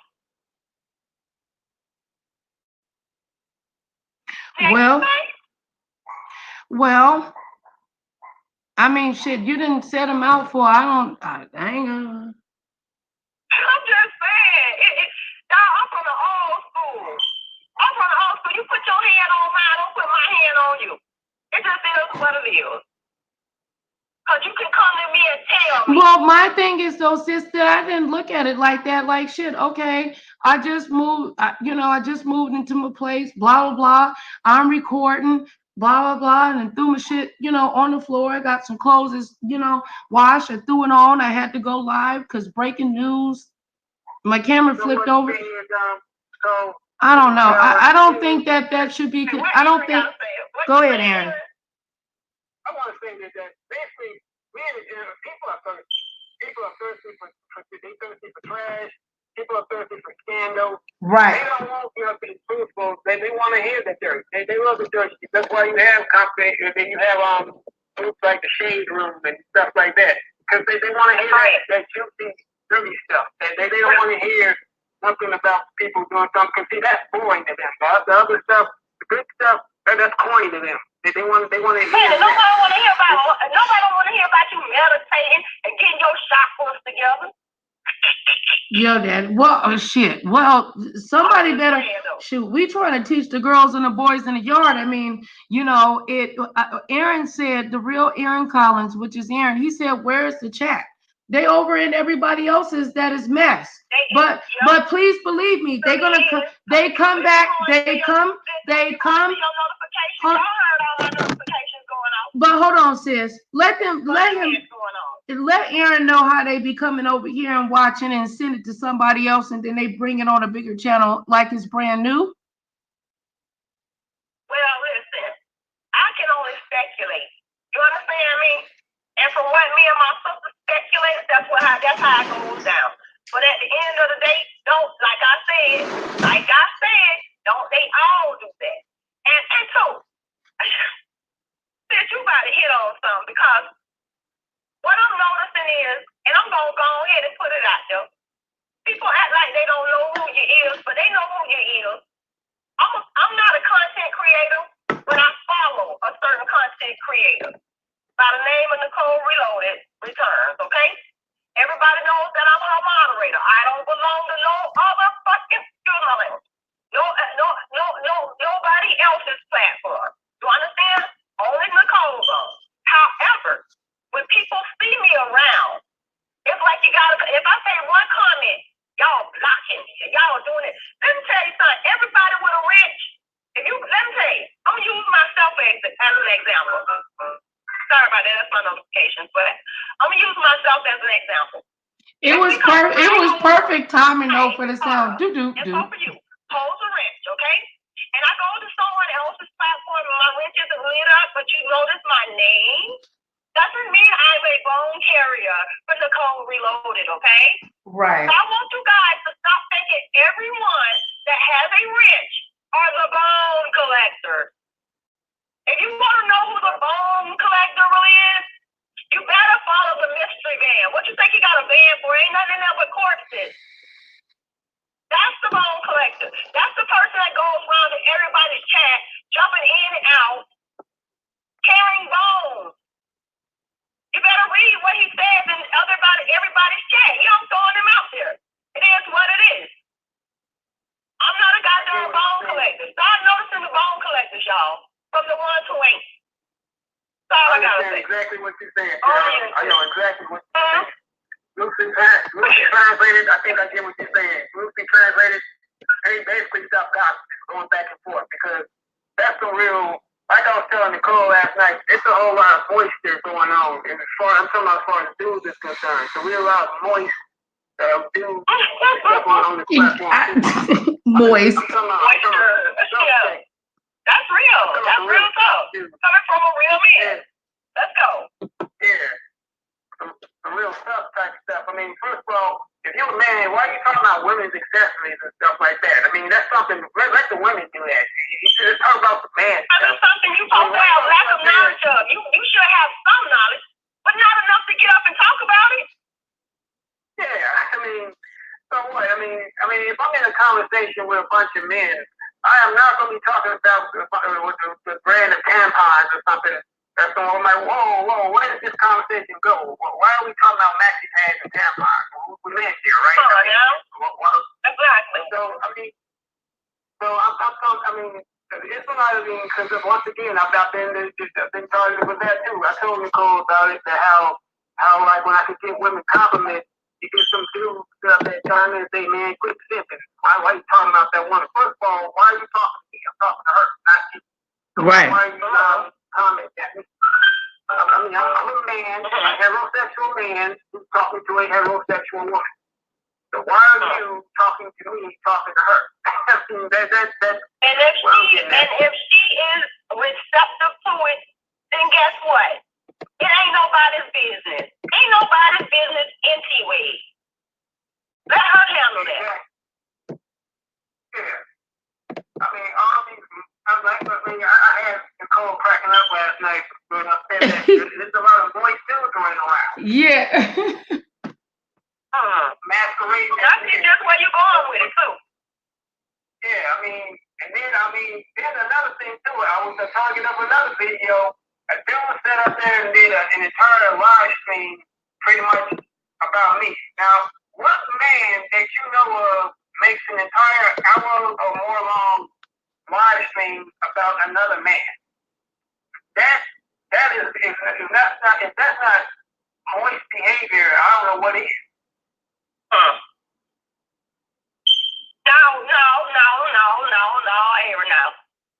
No, I ain't gonna agree with you on that one. See, I don't agree with everybody on everything.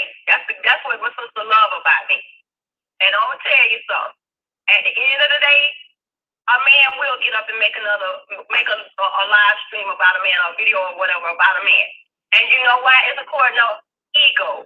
Y'all have a lot of ego and pride. So if a person steps on your toes and you don't like the way he do it, he kick your dog and you ain't like what he kicking for, you're bound to make a video. You see, so we ain't gonna throw that in there. You know what I'm saying? But at the end of the day, I can see where you're coming from, according to who's saying it. But go ahead, honey. I'll let you go ahead. Well, I have a question. Not trying to debate on that. I'm just saying.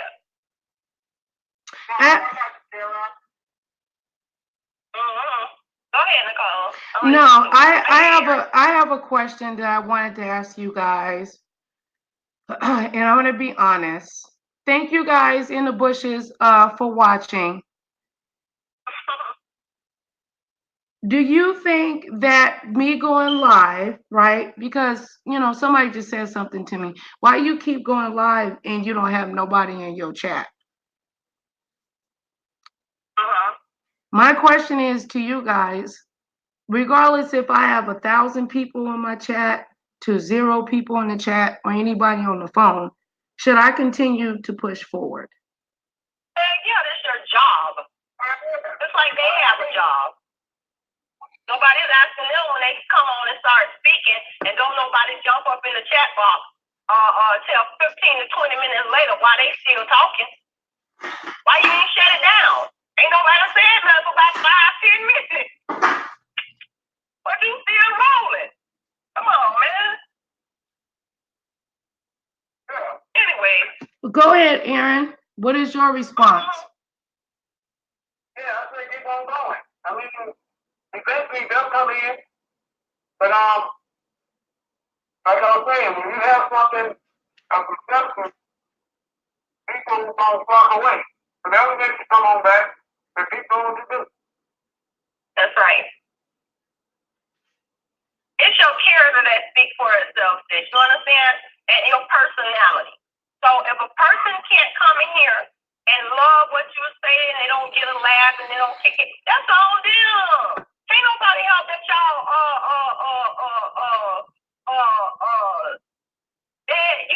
dead to the world and ain't got no joy in you. It's what's in you. If you can't find nothing in everybody that's somewhat humane and get a kick out of it, then you're a dodo head, man. We don't need you over here anyway. It just is what it is. But you're gonna bring us down. I know I don't want to be in no chat with nobody over here just like I'm not trying to be funny or nothing, but we got people that come in our chat, yo, and what they do, they come in there, they'll say they little one-liners. You know what I mean? They'll say some old negative stuff and they bounce. Then they'll come back, say some old negative stuff when the chat done got real hot and they bounce. It's a distraction. We don't need that over here. You feel me? When our chat going good and we vibing and everybody on one accord, let us stay on that accord. We don't need nobody coming over here talking about Sally Sue and Jesse Raphael. We don't need all that. And that's what people do. They come throw that monkey wrench in, change the vibe of the chat because the chat is, listen, sis, you are an entertainer. You can say Dr. Phil. But if you don't, that's my notifications. I'm sorry. You can say that you're Dr. Phil, right? Sitting up there talking to us. You're our Dr. Phil. But if you don't have a freaking audience, you talking to the air and to a monitor and to the screen. You see what I'm saying? We are the ones that give you the feedback. You don't need to be reading Saddam Hussein coming in talking about he gonna blow up a mountain. If you got moderators, that's what we're here to do. Not them people like you shouldn't even have to see stuff like that.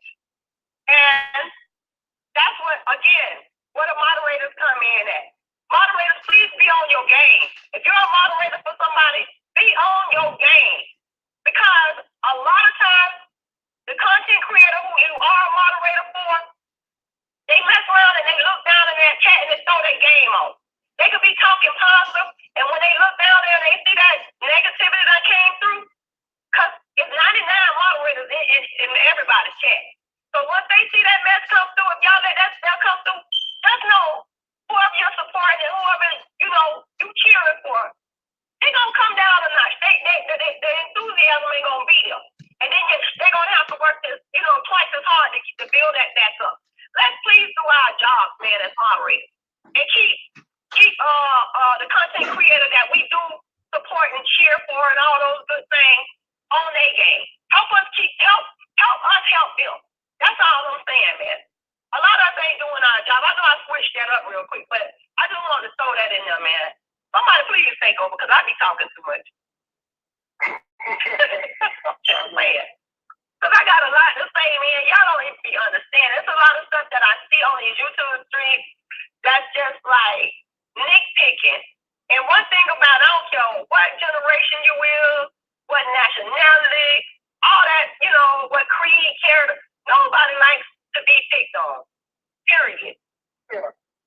I agree with you on that. I mean, it's just so much.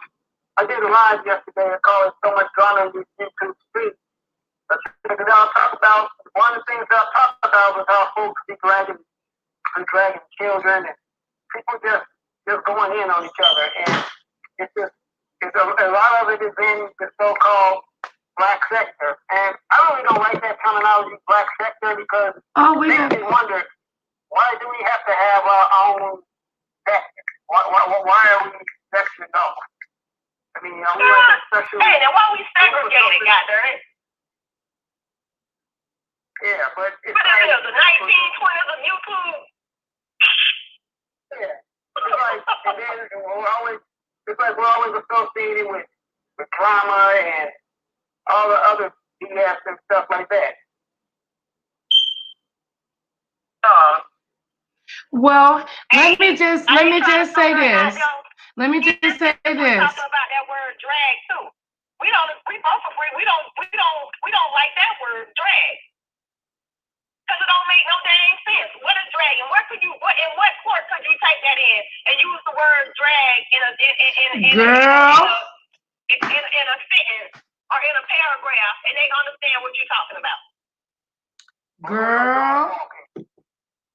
Can't use that word either. Dog walk somebody might.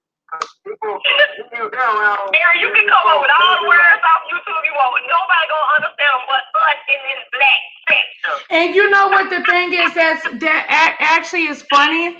What I was gonna ask you, Aaron, do you realize a lot of their comebacks and their roles come from the West Coast? Oh, I didn't notice that. No. You didn't notice that? Dog walking. A lot of the stuff that they, looking at, if you think about the one, what is it? The roast and gag show with what's his name?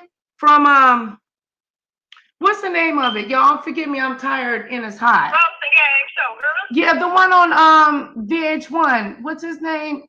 Mariah Carey ex-husband. Nick Cannon. A lot of his best roaster, his best roaster and gaggers are from the West Coast. A lot of these sayings looking as yo daddy and shit like that. That shit was created down here in Las Vegas, down over in the hood. Because that's where a lot of the stars came down before they were stars. Bobby Brown, Eazy-E, all of them. Okay, I would like to welcome Auntie Rochelle. Thank you, Auntie Rochelle, for coming into the chat, as well as Kim. Auntie Rochelle, hey. We love you. What's up, Rochelle? But hey, Nicole, I've been out here for 6 years. You know, I'm originally from Chicago. And Oh, okay. So yeah, we got our own form of Now the East Coast always got the best clothes and the shoes and stuff like that.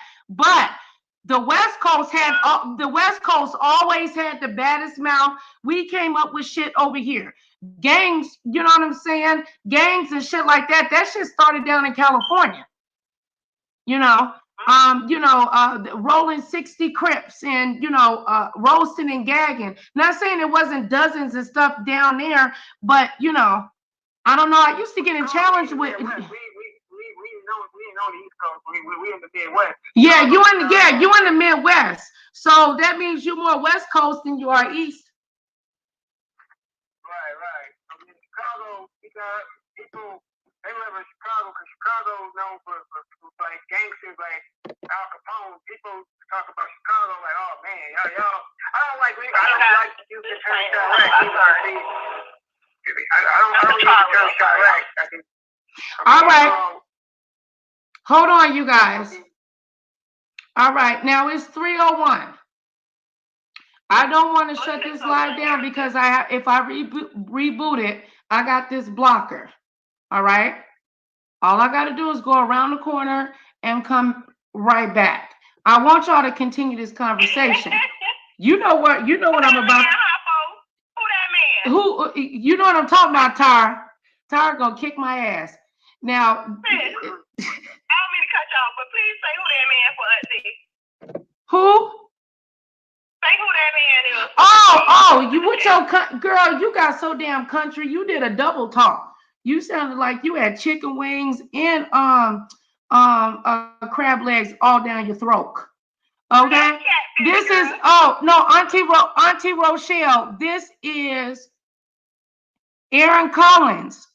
You spoke to him before. This Auntie Rochelle Brown. This is not Pastor Jack, okay? And he don't know Pastor Jack because she ready to go in, okay? She want to know who. Come on. So Kim. All right, Kim. Okay, listen to me. I need y'all to. Okay, I like the piano though. I need y'all to listen to me, okay? I have to go pick up Cheyenne from school. I don't want to end this live, okay? I got to go pick her up. It's only going to take me 15 minutes. All right? No. So, Kim said, you don't have to do it. Kim said she'll call in, she'll take it over. I don't want it, because if I have to reboot. No, what we need to do, we need to go off and come back on. I know, but I'm trying to tell you that there's a thing, the blocker is coming up. Okay, if I try to go back, it's not going to pop back up. Okay. And we're doing Hurricane Watcher. So I was going to either post Dorian on here, and y'all can communicate, y'all can leave. Wait a minute. Look. What you mean talking about no, bye, Auntie? And I've been called you several times. She talking about no. You can come back, but I'm just saying.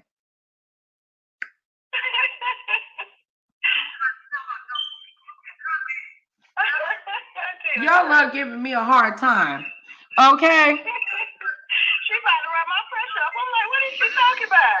No, because then I'm gonna have to reboot it and all that other stuff, and then y'all gonna run off over to the people that got the roast and the gas, and then y'all gonna leave me. Auntie, you can't go nowhere. You my auntie. You have to be here for me. Okay, there she is. She said Nicole ain't hanging up. There you go, Kim. Get these bitches. No, thank you.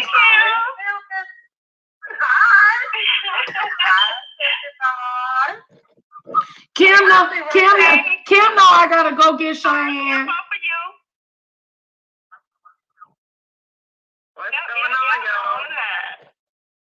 All right, let me do something real quick so it don't hang up on y'all.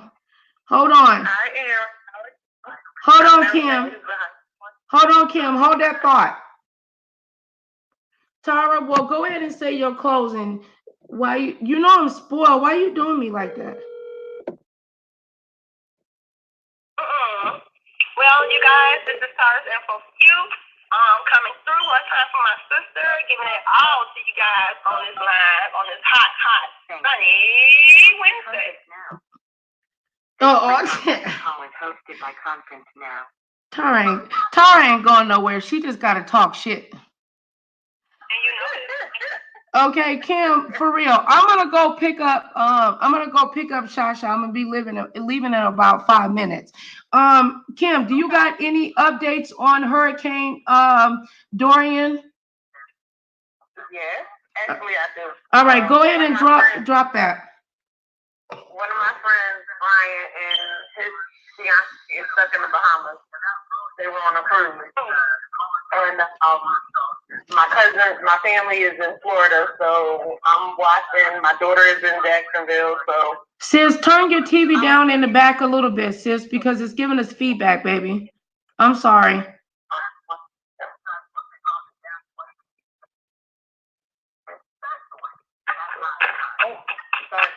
No, you're doing fine, babe. You know what I realized? I was in the bathroom talking to Aaron and Tara, and I didn't think that the recorder would have been able to pick it up, and it was music and everything. So I guess I got some good stuff. And make sure you $ Nicole Reloaded on a Cash App or on a PayPal, so I can get better equipment, because we're turning this into a podcast and a radio station. Okay. Yes, we are. That's what the people want. Okay. And I don't want to get beat up by Tara. Okay, Tara and Kim, because Kim comes through with the exclusives and y'all act like y'all don't know. Okay. But then we hear you on other people's shit throwing out the exclusive like you found out on your own. No, Kim is my fucking exclusive, bitches. Oh, I'm cussing. Y'all don't. You heard it here first. It was here first. Okay, y'all turned that shit up. We turned that shit up on that video where we broke that shit down for 4 hours. I got emails from people said that they love watching that, listening to that live, and they like, please make more just like that. So shout out to Kim and shout out to Tara Info for you. And we got our brother Aaron on the line now. You got to take care of the king. Okay. So, okay, Rochelle said, please go pick up the, oh Lord. I'm going to go pick her up. All right, y'all. Y'all gonna handle this, or do you want me to drop the update on CNN? What y'all gonna do? I think that we were getting an update from Kim about what's going on in Florida, what happened with her family and the Bahamas, so on and so forth. So we can roll that. Let's ride. Kim, you ready? No, I was just. Go ahead, y'all. Don't leave no dead air, and don't let no people say anything negative in the chat. One of my friends that I grew up with and went to school with, him and his fiance was stranded in the Bahamas. They were on a cruise, so they're stranded right now, and we're still getting us, like, their phone, nothing's working. The only thing that I think they were able to get a text through was it. Down in the Bahamas? Yeah. And then I had family down Florida, and my daughter is in Jacksonville. So oh my God. Reach out to everybody to try and it's funny because my husband, he was like, just send him a text, and just wait. Don't start worrying yet. But he know me. I'm a worry like that, and makes me nervous. And sure, that's something to worry about, yeah. But I feel it though. But I pray for everybody that's out there in the Bahamas, because the Bahamas got so all the way up. And they're saying like it's 11 deaths so far, but they think they're they know it's going to be more. I just pray for everybody, and I hope everybody that's blessed makes it. You know what I'm saying? Like I've seen videos, people who videotape the storm as it was coming through and all kinds of stuff, and it makes you nervous. Stuff like, you know? One of the things I heard about the storm is that it was on a rooftop. I think a baby was found up there. Right, the baby was still alive, but they couldn't find the parents. So, yeah, we definitely were afraid. I was thinking it was a terrible. And you know what I don't like? I don't like the fact that everybody or some of these people lived in shacks. From just, you know, the aerial view and how everything's tore up down there, everybody assumed they lived in shacks. But these people had very nice homes and businesses there. And, you know, the value of money is different there. So, I mean, they were living pretty good. And for this stuff to happen to them is really, really terrible. It's really terrible, too. It's really terrible. It is. It is. And it's that that just the crazy thing is this. Do you ever notice that after disaster and something else always happens at the same time? That's right. Right now, Brazil is still on fire. But that's right. So it's getting slammed. They said that storm. They said Dorian hit the Bahamas 3 times. 3. Come on my end. You guys are going in and out because I'm driving and I'm trying to, you know, make out what you guys saying. But I just wanted to let you know if I'm not saying anything, it's because I could barely hear. Sorry, guys. Okay. I'm gonna fix it. I'm moving around. I'm about to leave. No, it's me because I'm driving, sis. No, I had you on. I had the phone underneath my titty, girl. Okay. Stop. You know what, Kim? Shut up. Stop laughing. You know I got one big titty, one little titty, and they call me Biggie Small. Stop. Oh Lord. She said, "I love you too." Aaron, you didn't hear that. He like, damn, she got a big titty. Look, I'm done. Hey, everybody got one big titty and a little titty, especially Jay Wilson.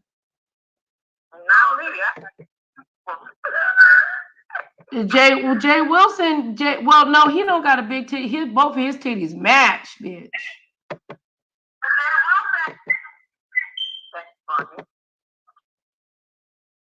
All right. Now I'm presenting to you our sponsor, which is Daji's Cosmetics. Please make sure that you follow my beautiful girl for all your natural hair products, skin products and needs. She can provide you with your own personal hair care and skin products. Okay. We doing it around here. Okay. Her link is in Las Vegas with me, sis. Okay, put her link in the I just dropped this, sis. All right, now I need y'all to be good girls. Auntie said too much information. Auntie, but you said you was gonna pray for my little titty that it will grow. You out of line. So now that don't mean nothing. I'm just kidding. Hey, look, I can joke and roast on myself, but I bet you I'll take a nigga's man though. But I mean, not a nigga's man, because I don't want a man. That's the reason why I got. See, let me be quiet. Anyway, it's the hurricane update. This is Nicole. This is Nicole Reloaded. We got Tara info for you on the line. We got brother Aaron Collins that's on here. We got Auntie in the chat. She got a wrench, and if you get blocked, you just get blocked. Okay? She'll block you and she'll pray for you. All right. Look, I'm trusting y'all.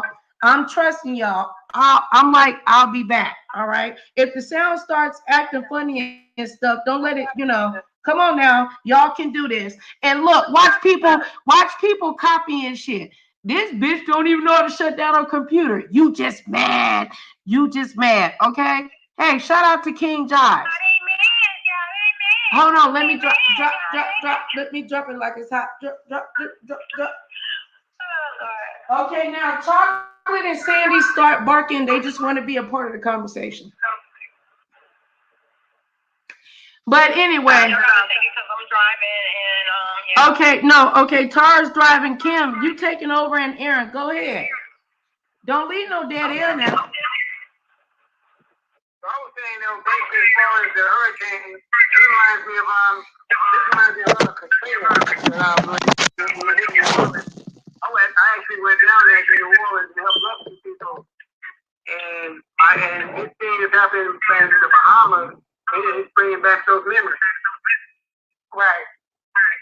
And I got family that lives in Florida too, so I'm concerned about them. You're playing through your phone.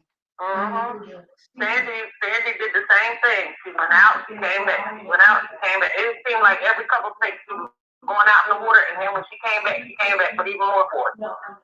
But I'm jumping with everybody. Right.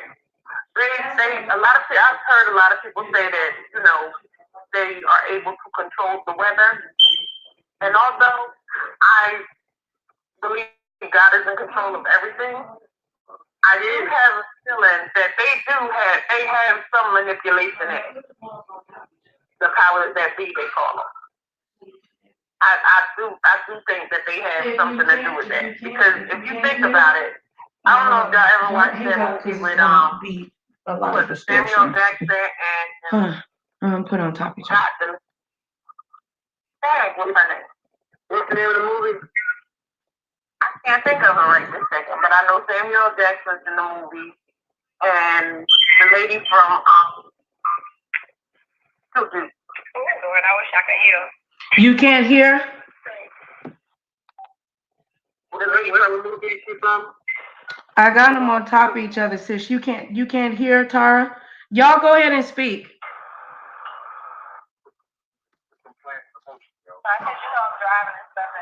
Okay, well, look. All right, Tara can't hear. This is what I'm going to do.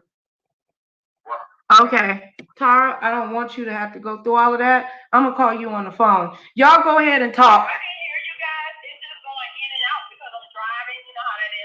Yeah, she's driving, so y'all go ahead and handle this. I got to go.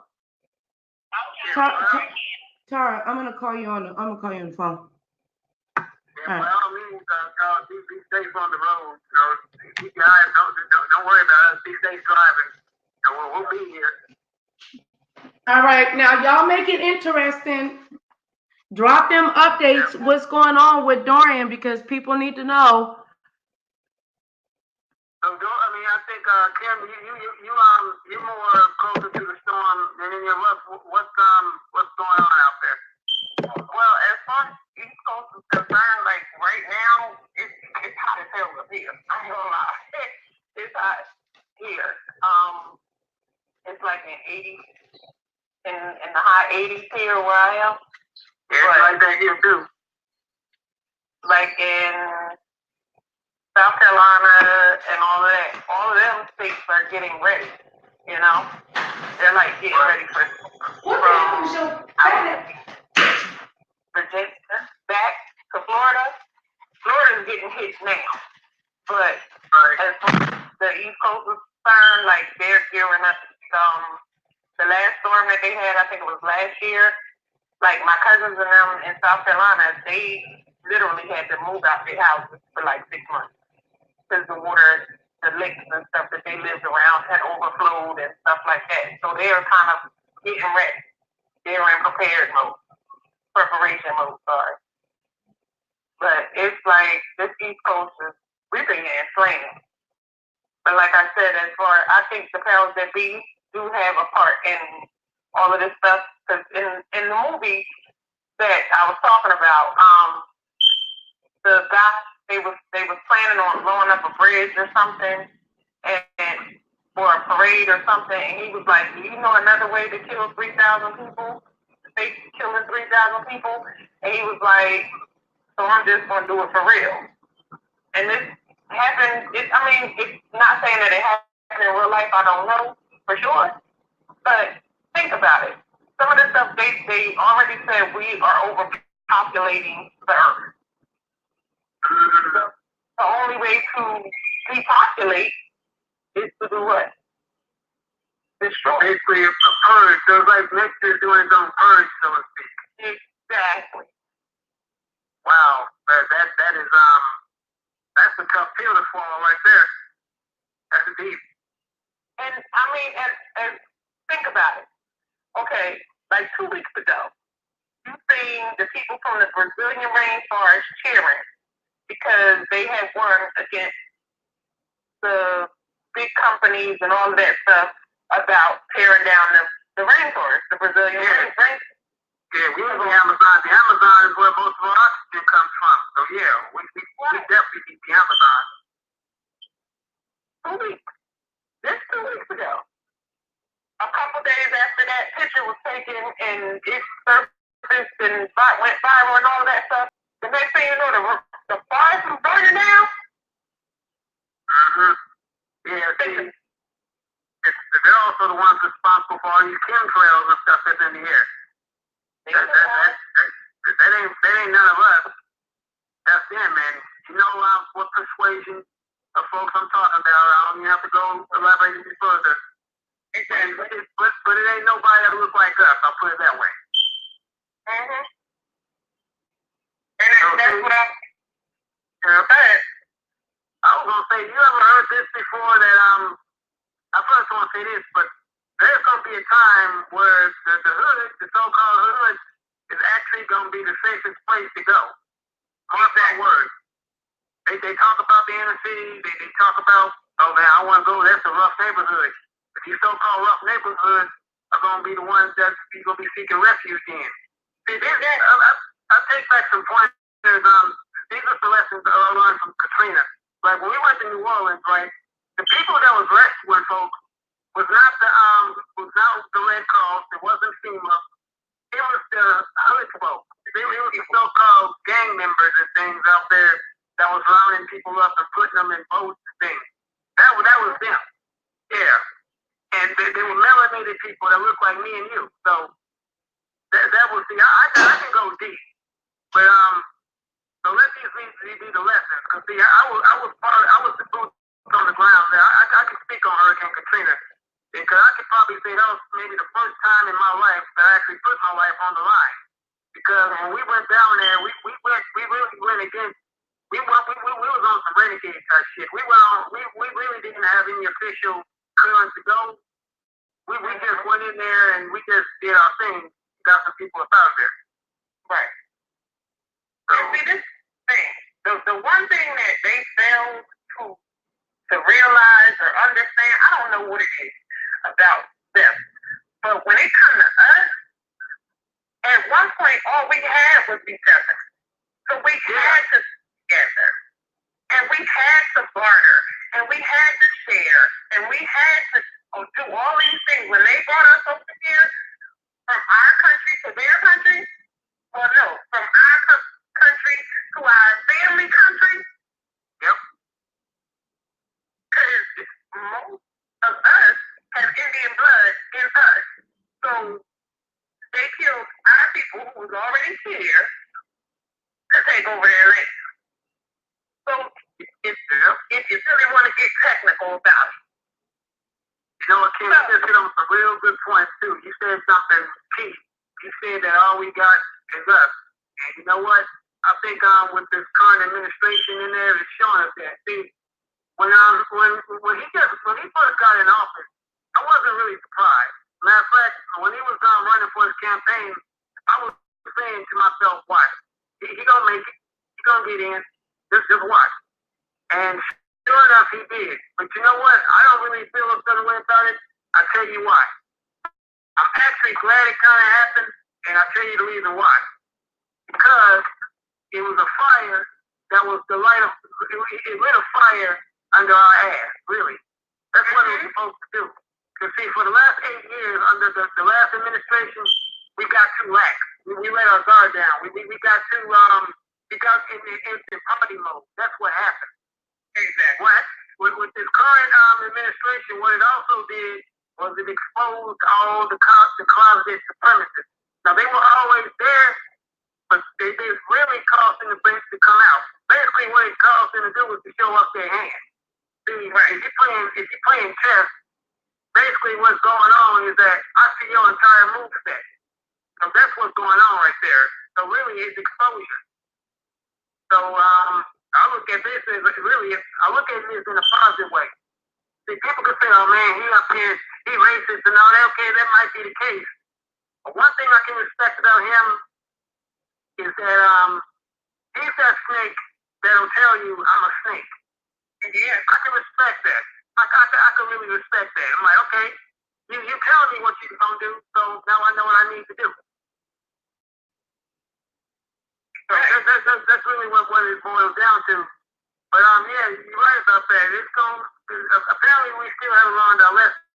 But it's gonna be some situations where we don't have no choice but to let's come together.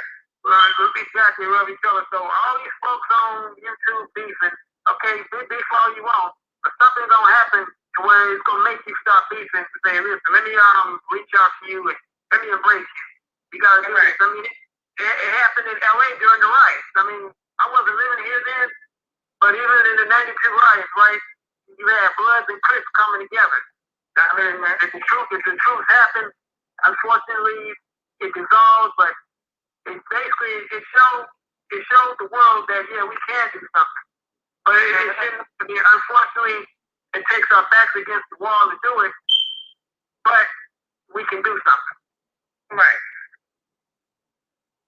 But no, that's the one thing that we.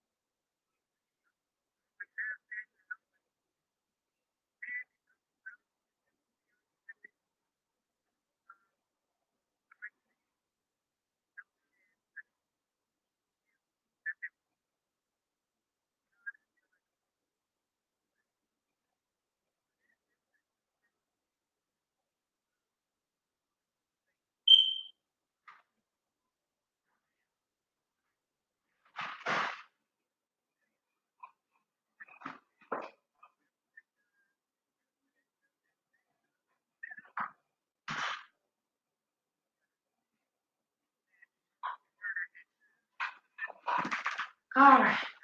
Woo. Hey, is there anybody here? Why? What happened? Why is it? Can't hear nobody. Oh, Lord Jesus. All right, hey, what's up? This your girl, Nicole Reloaded. We loaded up with another video. Whew. It says, Tara, did the call drop at 3:55? So I walked in right at the right time. I don't know. Auntie, were you able to hear any sound? I don't know why you guys, nobody can hear y'all. Y'all sound like y'all all the way. All right, there we go. Hello. Okay. How long did you guys go without sound? Oh, we didn't even know. I heard Auntie said, did the call drop because I don't hear Aaron? Okay. What was the last thing that you heard? Y'all back now, so. Whew. Girl, it's hot as fish grease. Oh, I know why. It's because my daughter tried to call. Okay. How long were we out for? I don't know. That's what How long were we out for? I think y'all probably was out maybe for about 2 minutes, maybe. Maybe not even that. Cause when I walked in the house, she said it just dropped, so it was 3:30, 3:35. When I walked in and looked at the phone, it was 3:35. So maybe about 60 seconds. Okay, because me and our cameras dropping the jewel. I was crying because you left us and stuff. I'm glad you're back. Okay. Calm me down. Wait a minute. She said, I think the phone cut off. Let me try to see. Tara said, okay, my niece just have too much going on, child. Okay. They roasted me in the chat. But look, if y'all can reiterate what y'all was kind of talking about, I'm gonna see if I can figure out where you guys were, because I want to know what y'all was talking about. But you want to be nosy now. We was flirting. No. Oh Lord. Ooh.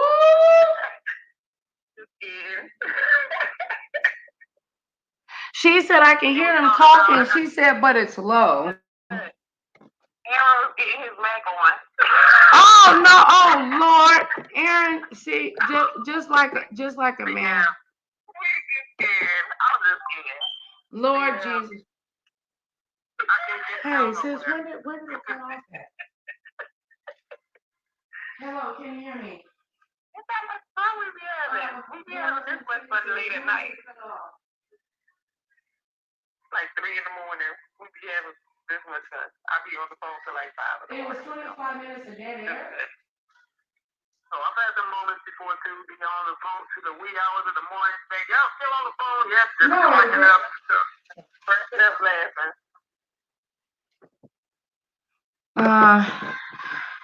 She said that there was some. Oh, okay, yeah. Okay. When did the phone call come in? Okay, Tyra, you hear us now? Okay, I'm just trying to get a guesstimation. It was Yazzie that called. Yazzie, when I fart. Okay. Nicole. Yeah. I don't know what the hell y'all was talking about. Tara is back. It's hot as hell. Auntie Rochelle dragging my ass in the comments.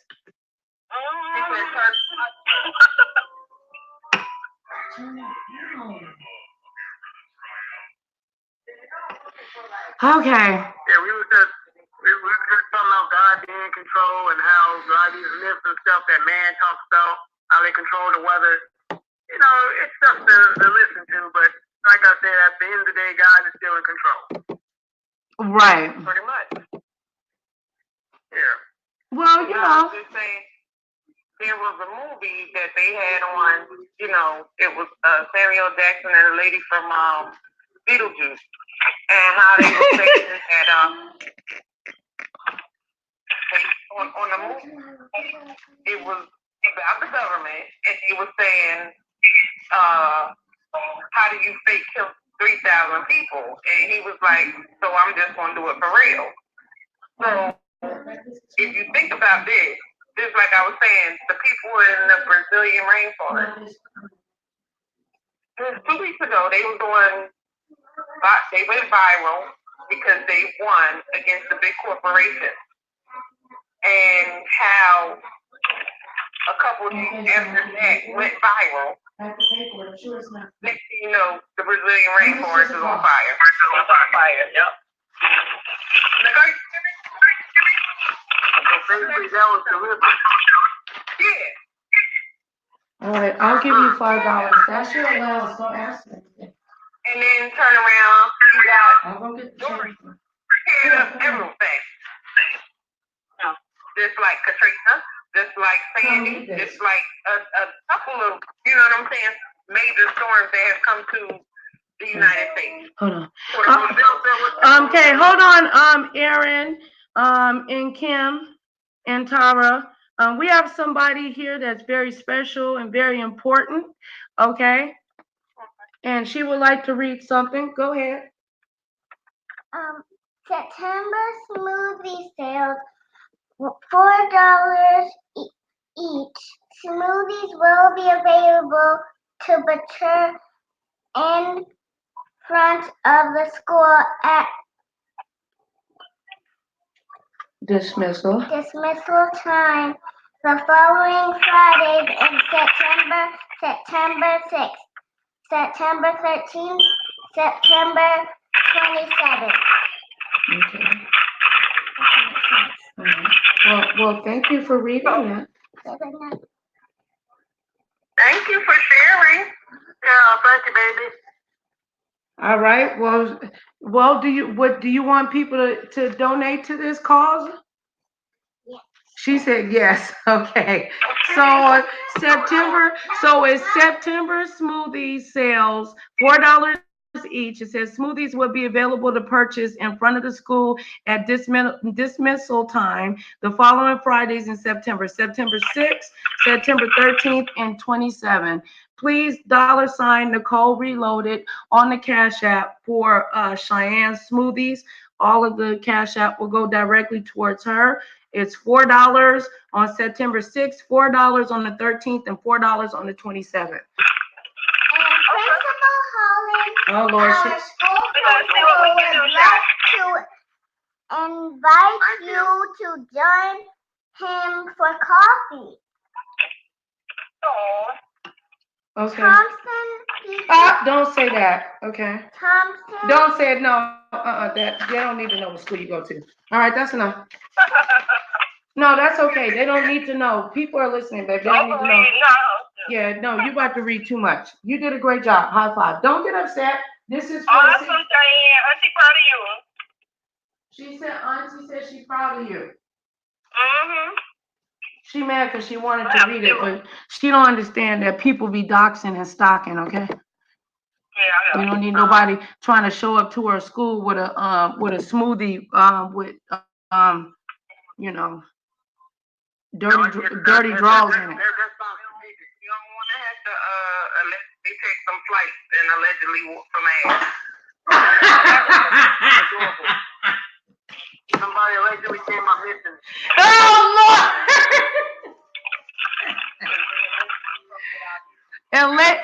Allegedly, I'm taking them very serious. Allegedly, it ain't gonna be allegedly. You're right. Now, how about that? Shoot.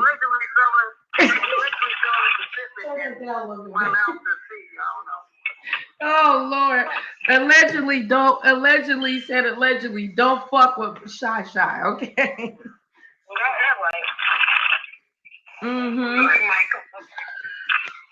Girl, we don't nobody want to get their feelings hurt. So I got some. I got a bad teeth. I can stand getting knocked out. What's up? No, hold on to that too. Okay, look, I wanted to read a word to y'all, because I told Tara that I wanted to start reading from my thesaurus because Cheyenne encouraged me to. And I have a thesaurus that's called Rogers 21st Century Thesaurus in dictionary form, second edition, 5,000 synonyms, and it says yield over 1,000 word choices. So the first word that is in this thesaurus is aback. And I had told Tara I didn't know aback was a word. I thought that it was like, you know, like it was. I thought it was like ghetto, like, you know. I didn't think I could go in front of somebody and say aback. Like, how do you put that into a sentence? I know how it's put in a sentence. Aback. You about to tell you Turn that down. How do you put a? How do you spell it? Okay, hold on, Aaron. How do you spell aback?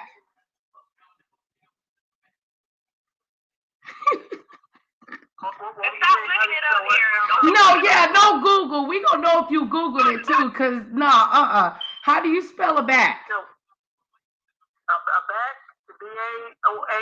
No, no. How you spell it? How you spell it, Kim? A-B. Usually she knows. She Googled that shit. All right. What's the definition? What's the definition of aback? Actually, I never heard of it before. Yeah, that's what I said. But we use it. We use it all the time. I just thought it was a, you know, the word a. Like to be taken aback to some, you know, I don't think it's a real word. I think it's like an old form. No, it's a word. It's a real word. It's a real word. I'm looking. It's the first in the Rogers 21st Century Thesaurus. I said that to Tara, even though I was reading. I was like, that ain't no word. It is. And I hope I'm pronouncing it right, but it's A-B-A-C-K, aback. And it's an adverb. It says taken unawares, confused, surprised, thrown off guard. I know. It's like off guard or confused about something. Okay, Cheyenne turned up. I don't even know if y'all can even hear me. Hold on. I was taken aback by their comment. I was caught off guard by their comment. Basically, it means unaware, you guys. I heard it there. Yeah, that makes sense. We're using that type of connotation right there. Yeah, that's the type of connotation right there. All right, hold on, you guys. Y'all listening to Nicole Corny Ass Reloaded, and we loaded up with another video. And all you Bush people, why don't you come out and play? We have our brother, which is a Black King, Aaron Collins. Y'all make sure y'all subscribe. And I have my security system known as Kim and Tari info for you. I sent y'all my security system. We hold it down around here. Girl, y'all said y'all was gonna fuck somebody. Y'all said allegedly it fuck y'all gonna fuck somebody up. Oh, you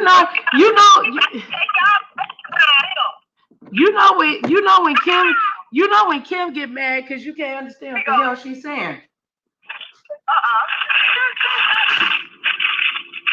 That's every black person.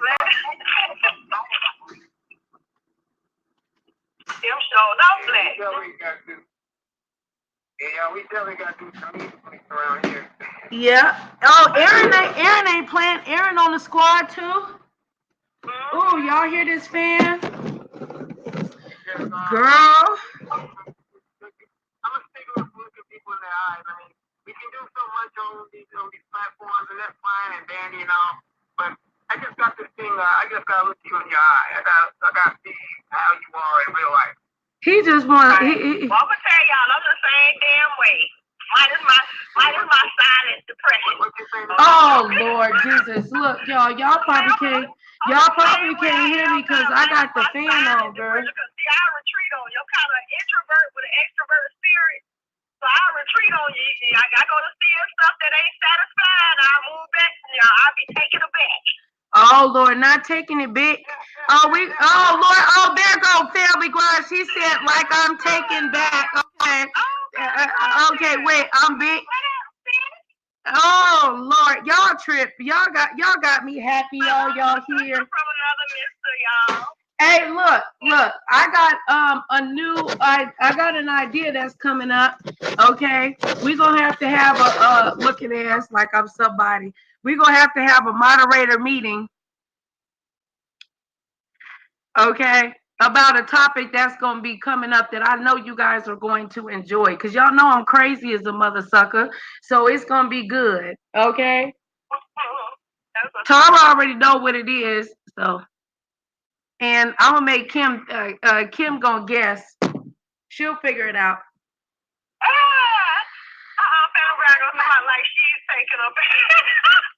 Yeah, look, okay. Now, I be so late, y'all. Family Grind used taken. I keep saying taken back into a sentence. Okay. Well, let me use a back. The court ordered for the child support to go back. Girl, I'm done. I didn't keep messing around. This frosting I got from Wendy's. I'm gonna be taking it all back. Did I? Okay, wait. I'm taking the child support back. No, that. I ain't messing with y'all. All right, well, put it into a sentence for me. How do we get the child support back into my account? That's not a word. No, you did say I was taken aback by his claim. Okay. No, I want the child support back into my account. Back.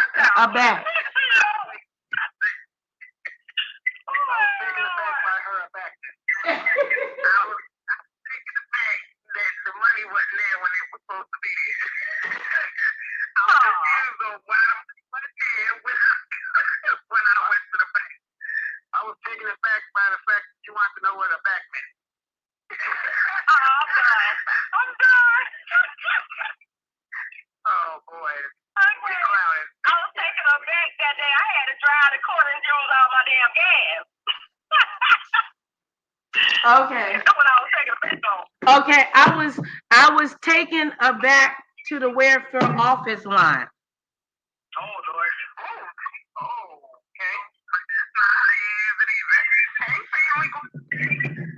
Oh, okay, wait. Well, okay. I was told that I don't say where. My cousin told me I don't say welfare right. She said I don't pronunciate it right. I told her it's the welfare. It's not called. Say address right either, sis, so we gonna hold you accountable. I don't say what you mean address. Oh look, you want to try to say it right and show out on me. You so crazy. No, when I don't pay attention. Okay, address. It's not address. Girl, it's airdress. Shit. It's address. I have to address you. It's address. Well, address you. Okay, so now we're gonna talk about the shit that I can't pronunciate right. Not really. No, go ahead. What other words I don't? Welfare, address. It's welfare. It's welfare. Right. Welfare. Where is the fair? Where fair? You're right. Where is the fair? Where fair? It's well. Well, I know how to spell the shit. W-E-L-F-A-R-E. Well, W-E-L. Where? Fair. Where's the fair at? Where is the fair? I wash my clothes in a wash house. Y'all gonna make me change that shit too? It should have been F-A-I-R. But they get in there and be clowning. Well, whatever. Look, I have not been to the welfare office in a... I have not, I'm putting in a sentence. I have not been to the welfare office in a long time, period.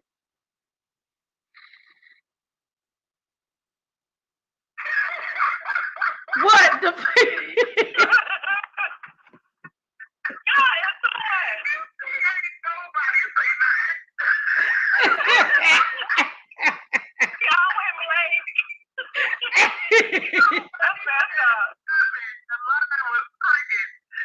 You know what, y'all? That's out of line.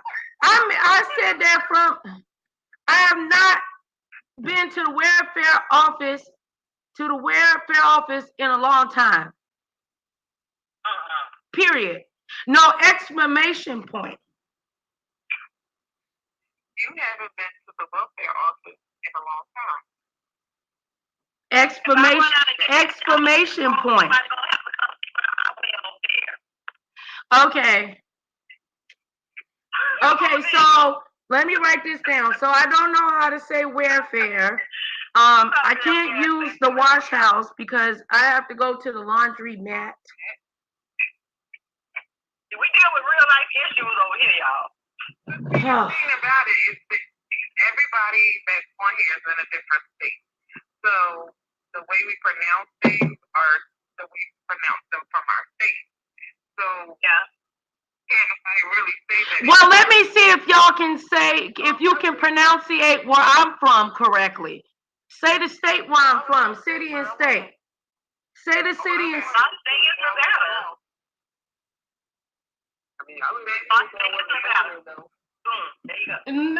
Tara, stop trying to talk over people and say it real fast.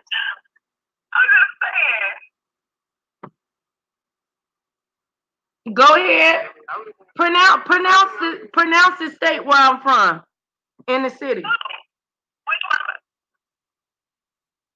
Las Vegas, Nevada. Okay, go ahead. Las Vegas, Nevada. I'm just laughing because y'all pronouncing it wrong. I know why she did that. It's not Las, it's Las Vegas. No, it's Las Vegas. It's not Las Vegas, it's Las Vegas. And it's Nevada.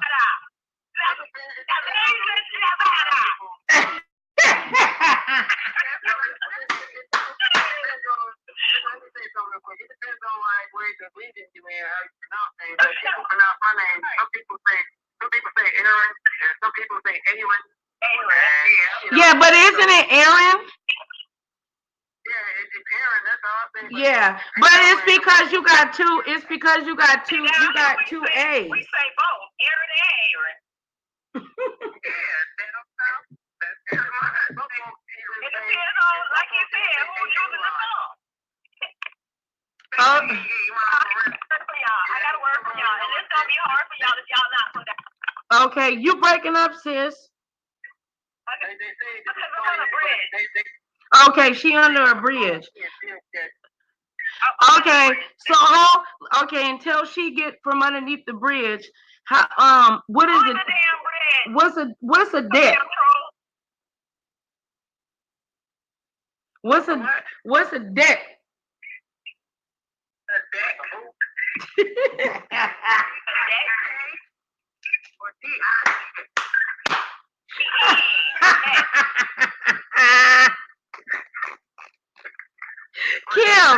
Kim, shut your smart ass up. See, Kim already knows how to pronounce shit. Now I wanted to. She said, "What you say? Deck or dick?" Could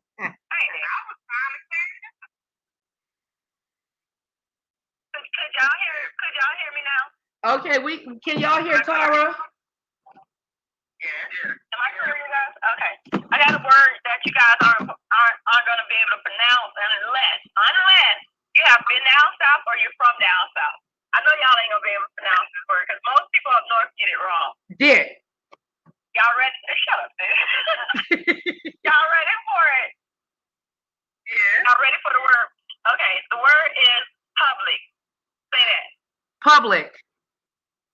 Okay, so you were close. Go ahead. Go, Kim. Public. No, why you had to say? He was holding his breath. That's what I was like. What the hell is that? Oh my God. Because Tasha K don't pronounce public correctly. See, on the West Coast, it sounds like she's saying pubic hair. She be like over at the public. Public. The public. You didn't say it. Say it, Kim. Look, she cleared her throat. It ain't all that hard, Kim. Go ahead and say it, Kim. She said what? Say public. She tried. Because people in New York say public. They don't even say public. They be public. She said I can spell it, bitch.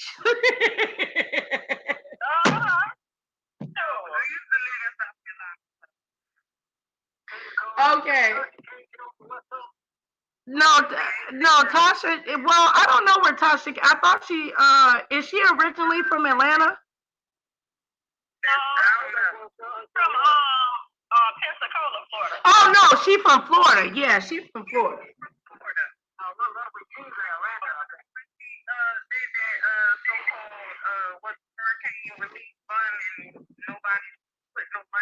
Oh Lord.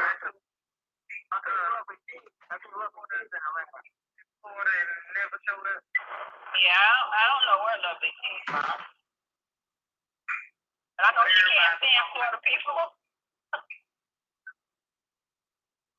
They don't like Floridians.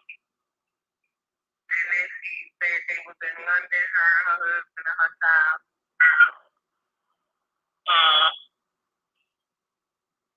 That might have been, I think her husband is.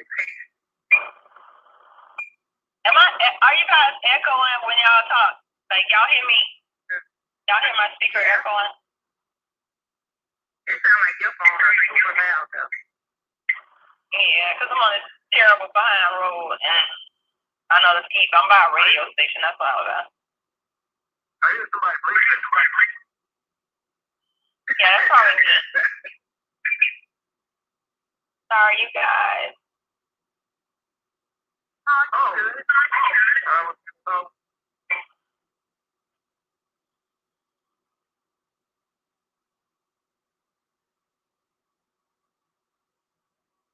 What's the next topic? Huh? What's the next topic? What's the next what? We don't wait for talk about the word. I can't. Y'all, listen, y'all. I can't hear y'all. I'm trying to hear y'all, and it's cutting in and out of here. It's like, what's this? Oh my Lord, Jesus, what is he saying? Please make it clear. I got a question for y'all. How do y'all feel about safety and this stuff that's going on with innocent and stuff like that? Well, as far as I'm safety and NFL deal he did, I said this a long time ago that he have a vested interest in the black community anyway, so really, he was making his money for a long time. He has learned to say on a video, a lot of the stuff that people have problems with authority is because saved by single mothers. And I think that's very false because I know a lot of people who've been raised by single mothers that are doing amazing. They may not be billionaires, but they're doing the right thing. Put it like that. So he was wrong for saying that. I didn't hear about that. He was up around 7, and rightfully so. Because he doesn't know the reason why I just love the single. He basically uses a lot of time to my other talking point here. He grew up here. He's the across the bridge from where I live at right now. Right. But yeah, for him to say that, that was a wrong statement to say that because some women are single without special things beyond their control. And a lot of them doing that they have to raise children, hold down a job, and have a place to live. So that's why I think a dog is supposed to be an animal. And that's why I don't have no respect for a lot of dudes and stuff that I said it, I put it in. I don't have no respect for the dudes that want to find me with the people and run off. And if I just violated some so-called beautiful ass man code, grand ass suit, I'm gonna say it again. You don't do this who don't take care of their responsibility to everyone else. Exactly. Including his age. But if there's a dude out there that got anything out there, to come for me, I'm gonna still stand on what I stand on. I remember when girls used to clown him, used to call him Big Lip Toy because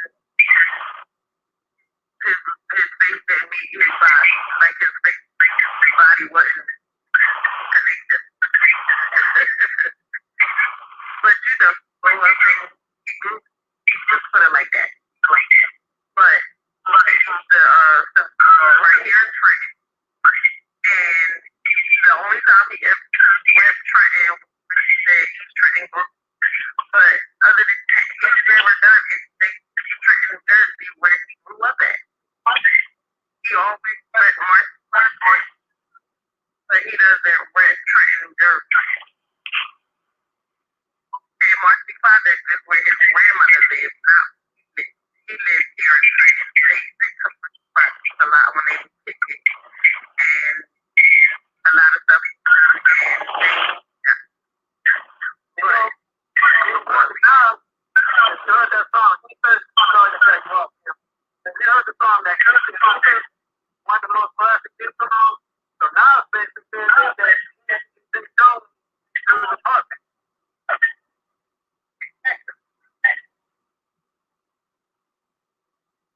So they can go do the bill and everything. You know, if you look at Brooklyn, right? That's where it's from. Marcy Project. No, he's from East Trenton. He's from good. Okay. Yeah.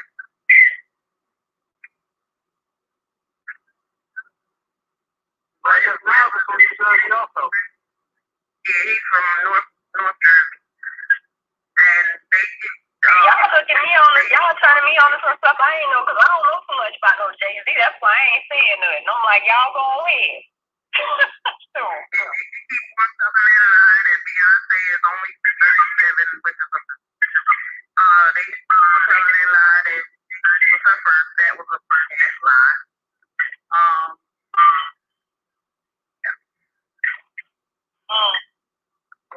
That part's really not fun to me. I mean, with each other now. I mean, I wish them the best in their marriage. But still, for him to say what he did, though, that was out of pocket. And there's a lot of, like I said, a lot of boys want to come into the debate. Like, well, you didn't hear the whole clip. You only heard a 30-second clip. You didn't hear the whole thing. That 30-second clip made a difference. No, I didn't hear the 50-second video either. Because he said right there, I mean, okay, he said his mom was a single. It's true. But you're a billionaire. So you can't on single mother. Billionaire. That's right. Yeah. And then basically he could have positioned get back to his mother. If that's the case, if his mom is still alive, he can give her something to get out of whatever situation she's in. That's right. He gave his grandma a bench in Central Park.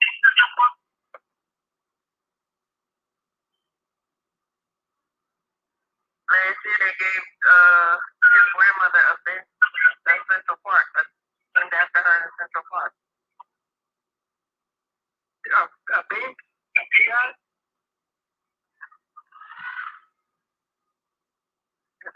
Wait, Kim, what you said? A bench? A memorial, like you know how they said some of them have people in Central Park. Oh yeah. I've never been to New York a day in my life. One of these days I'm gonna have to go to New York. It was a dedication bench. Like a dedication bench, Kim? Yeah. Oh, okay. That's good. I went to Vegas for the first time in 2017. I worked BBC, but I've never been to New York City before. After paying a visit there. Yeah, treasure on the coast. And I got family in Manhattan. Look at that. I got family that's in Central Park West or something. Oh, well, then you be right there. Yeah, I got family in Manhattan. You'll be right there. Yeah, I've never been up there either. I mean, I've gotten offers to go, but I've never just taken the time to go. I just recently got an offer to go to New York, to be honest. Yeah, so. No, I have been. Why didn't I go? You said, why didn't I go, Kim? Yeah. I don't know. I just didn't. I mean, my friend, she lived up there for some years, and it was just like, you know, I don't know. I never took the time to do it, to be honest. Yeah. I mean, I've been to California. I've been a lot of places. It's just I never took the time to do that. Oh, okay. And now I'm behind back down here, so, you know. And then I have a friend who's a little older than me and everything. He's asking me to go to New York and Philadelphia and Jersey and all that. And I'm like, I told him I might go. Who knows? Well, you come to Jersey, you know, I told you. Okay. I'm going to keep that in mind. Gotta let me know. Wait, you breaking up, Kim? I said you gotta let me know. Girl, listen, we're going to have to talk off this darn thing. Because, baby, everything you saying is just breaking up. No problem. This is number from the phone. Who? I should get my number from Nicole. Yeah, I don't know what happened to Nicole, if that's what you was asking.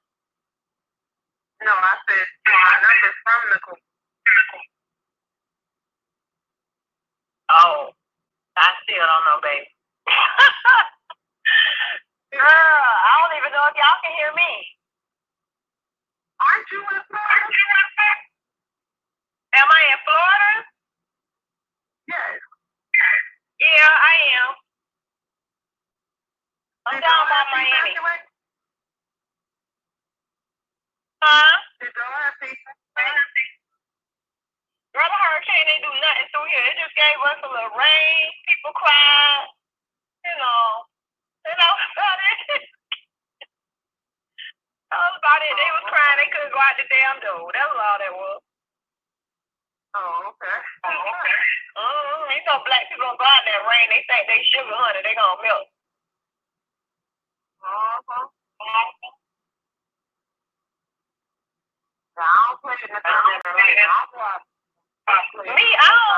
don't even mind. Like, rain is, I guess because that's the Aquarius to me.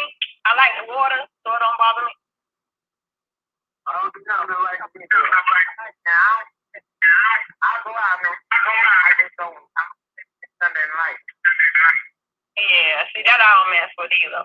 And what people don't understand too, see, everybody worry about the thunder and lightning when it's a sound being made, when you can hear the sound. But the most deadliest thunder, thunder isn't deadly, period, you guys. I just want everybody to know that. But let's clarify that. Thunder is not the threat. The lightning is the threat. The thunder is the warning. You know what I mean? But the most deadly lightning is when it's not striking through the sky and making all that boom, boom, and all that, different stuff. It's the silent one. Because you can get electrocuted from the currents under the ground. You know what I mean? That's why when we was little, our grandparents and our moms and dads would tell us don't go out there and play in water after it rains and all that stuff. Yeah, because the current is sitting on, sitting in that water or whatever. It's in the ground. And that's another reason if you guys know about meditation and different things of that nature, it's important to be grounded to give yourself back to the earth. I don't know, that's a whole other thing.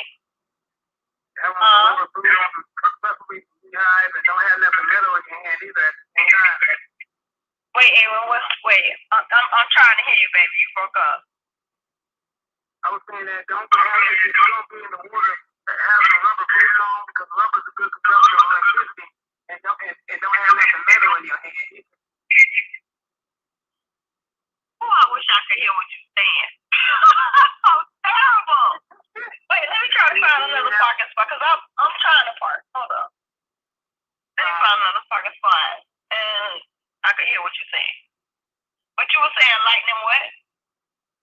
I was saying, okay, you have to be in the water, have on some knee-high rubber boots, and don't have nothing metal in your hand. The lightning is going on. Oh, yeah. Rubber's a good conductor of electricity. And we done went to different sides. Right. And I was relaying to sis one day, because it was raining down here and everything, and I was relaying to her because I was in my car and she was worried about me. I told her, I said, back in the days when I was little, my grandmother, she would tell me, because I would always be scared of the lightning and the thunder and all that stuff. And she would tell me, being in your car is one of the safest spots that you can be because your tires redirect the current of the ground's energy or whatever. Rubber and current don't really mix like that. You know what I mean? It bounces off it. So she basically always told me the car is one of the safest places you can be at that time. So don't never have, you guys never have to worry about it while you're in your car. Just turn your radios down, and just get the glory back to the Father and ride. Pretty much. Good knowledge right here. This is the type of stuff that we need to teach our people because they don't expect for black people to be teaching stuff like this. They expect us to be out here wild out and dragging each other. Right. That's what I was saying too earlier, Aaron. You're absolutely right. I was saying that's what I meant by that. The part where I said to educate. You know what I mean? I know a lot of us came here and ran into this sector. It's like Plymouth Rock. We didn't fall on it. It fell on us type thing. So to say, so to speak or whatever, because a lot of us came over here by looking for hair tutorials and the whoop-de-wop and the, you know what I mean? This never was a sector before. I've been on YouTube for years. You understand? This never was a sector. This became a sector by people just keeping up mess. But it never was a actual sector. If you know what I mean? Like you could say the hair sector was a sector. The hair community, that was a sector or whatever. And it still is a sector, but it always exists. We didn't exist. We just started to exist in the last couple of years over here in this black community. Yeah. You know what I mean? Right. Yeah, so. Yeah, the hair sector, you had the mukbang community, and then there was here one time, had a community, so.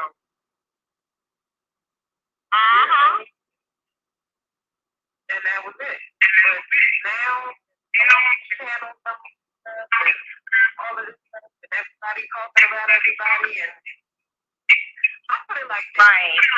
One of the things that us as black people have always done is person. We've always put out the next person. It's part of his letter where he said, I'm sorry, skin blacks against dark skin blacks against dark skin blacks against your darker skin blacks. So once they put that in our minds, they bring that in our minds. They bring that in our grandparents. They them their family members. It's like their cousins, like their neighbors. It's like because they would dress up the light skin ones. They would have the nice clothes. The darker skin would have stuff that they made or the sex or whatever the case might be. So they kept it like that, and it's so great. It's so crazy how I read this book like 2 years ago that I got that had the Willie Lynch letter in it. I read that book like 2 years ago, and I was sitting there and I was thinking about that, and I said, "Well, I'll be." And you know that book that was 25 pages long, and it's sad half of us don't even know what it is. Yeah, where the blood mentality comes from. Blood mentality comes from the Willie Lynch letter. It's the direct result of the Willie Lynch. Absolutely. And then it's like in the book it says that this will last for 300 years. Yep, it's been over 300 years, y'all. It will be done effectively. Yep. Listen. I have witnessed some of the most telling things on earth to the point where it just grosses you out. When I think about the Willie Lynch letter and I think about the life that we live here on earth, you can look at all the things that has been designed, put in mind, and set in place, and see that this man has not went anywhere. His existence still exists here, even though he's dead. I mean, the whipping of the breaking of the black man, where he ties the black man up on the horse and whip him in front of his children and his wife, and the man is getting ripped apart, and all this different things. I'm looking at that out here in society. I'm looking at the black man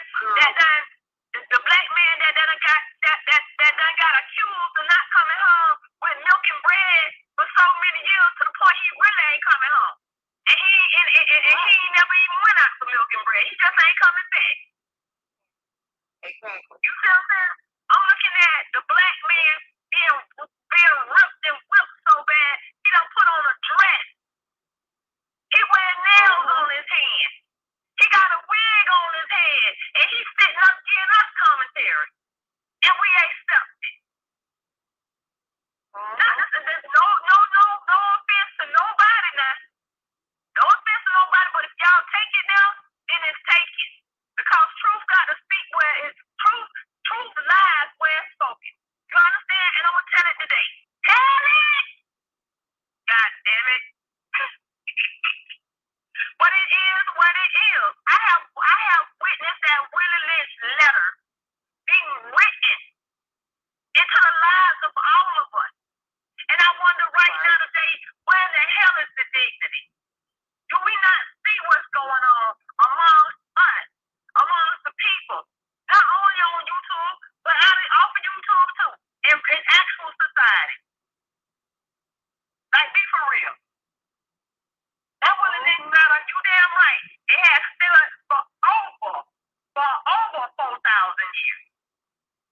Exactly. Yep. Stop trying to preach what is real, man. I have witnessed this thing. I have witnessed. I don't witness from my generation to the next, and to the next, to the next, to the next, to this generation, where it went from us obeying our parents and respecting the elders to the point we will spit on one of them and tell them, "Nigga, you can't tell me nothing." I have witnessed it. The reason why we have to teach our kids. We have to teach our kids that when you see an adult, you respect that adult. Man, we so broken out here. We only listen. We so broken out here, Kim, to the point I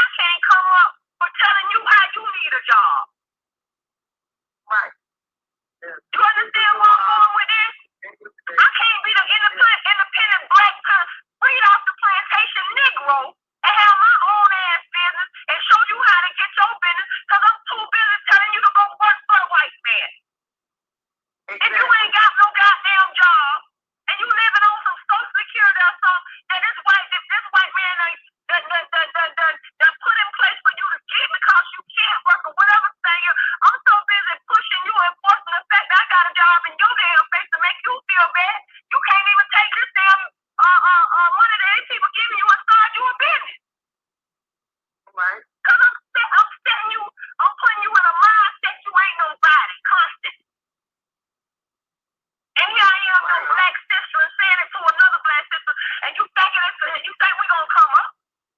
Where? Where, bitch? Where? Am I hiding flowers? Where? And see, that's one of the biggest problems right here. This is the thing. What they fail to realize is when they took our men, they made the women stronger. Yep. That's a damn lie. I don't agree with that, Kim. Where they really messed up because yes, they did. If you think about it, think about your grandmother, your great grandmother. They ain't make us stronger, they made us burn raw. That's what they made us do. And we went, and to put it clearly, us black women wasn't burning no raw, because we love the fact that our man went home, got made the money, brought home the bacon, and we fried it up in the goddamn pan. We love that. Goddamn it, back in my day, they had a commercial by the name, a perfume by the name of Ardulate. When that motherfucker come in, you remember, I'm just person. When that lady come in from work, she sang that song, that white lady. I bring home the bacon, fried up in the pan, and she spray on her perfume, and then she say something about her being a man. Right. They put that in us. And not obey our men, and think we could go out there and make the money and tell him what the fuck to do. Right. But this is the thing. They made our men weak. They did. They made our men weak. And it ain't come from him being taken out the house. It started before he left the goddamn house. Sometimes that's why at certain points, that's why he left. Exactly. Exactly. One of the ones that destroyed it. You don't do that. You. But what are you doing? It's just like a lot of these people that getting on Instagram sometimes. If he ain't paying my bill, he ain't getting my hair done, he ain't putting no car in my name, he ain't doing this, he ain't doing that. I don't want him.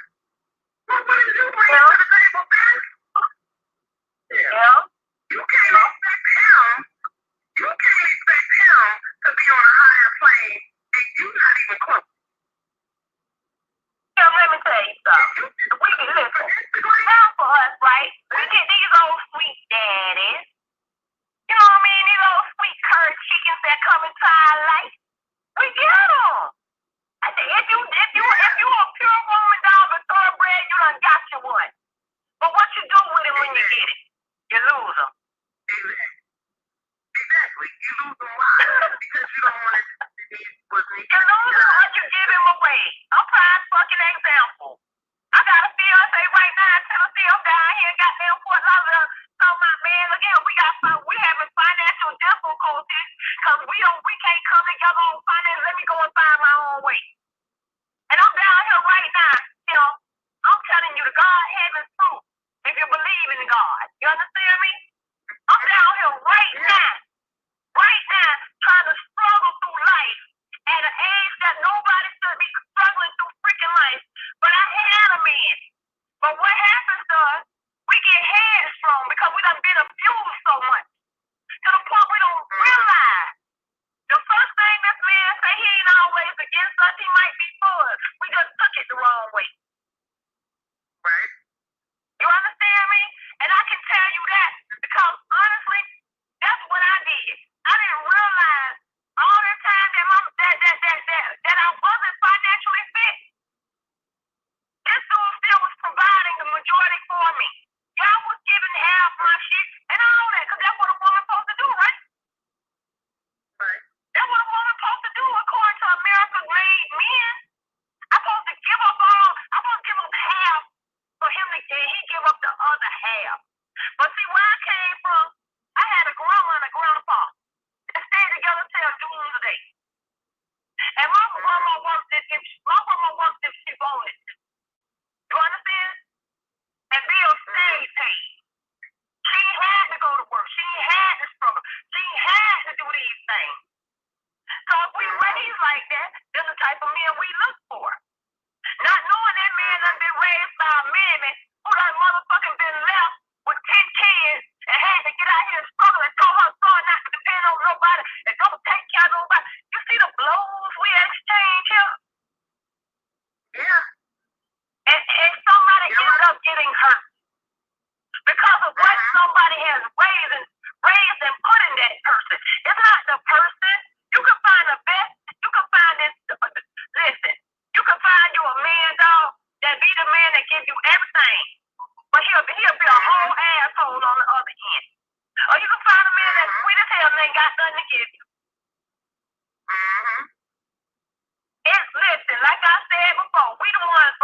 damn bras, man. When it was designed for the man to take care of his wife and children, we wanted to get out there and have the designer bag and have the money that our homegirl had from her husband. So we started talking down to our men. Oh my God, you mean to tell me sure got a car and I can't have no car? What you doing? Come on. And the justice said, fuck us up. And now we living in a day and an age of keeping up with the Johnson. Can't even have a man because you want to keep up with the Johnson. You want to have those sons and daughters down at the child support office getting whipped because your homegirl did it. Or you want to put that boy on a check and sign that boy to get them mentally retarded ass checks because your homegirl getting for her children. And she getting $5,000 and $6,000 worth of food stamps. Don't play with me, man. Yeah, it's about following the goddamn leader. It's about following the leader out here. Us as women, we listen, and it ain't our mistake. It ain't our mistake. We supposed to be stand by our husbands. It's written in the Bible that a man ain't supposed to let his sister go astray. They got some songs written about it. But yet and still, we ain't being taught that. So we following each other. We dress for each other. We put our makeup on to satisfy each other. We do our hair for the next bitch how we seen. We buy a club. Why you think Rainbow pull all them same looking ass, cheap ass souls that motherfucking DD's got? Because that's how we dress. That's what we do. We never step out of the box and get our own style. Or sell Toyota. They might sell a Toyota Corolla, Toyota this, Toyota that. But yet still they marketing and making the same damn cars. So why we all buy the same shit? You're right. When are we gonna change it?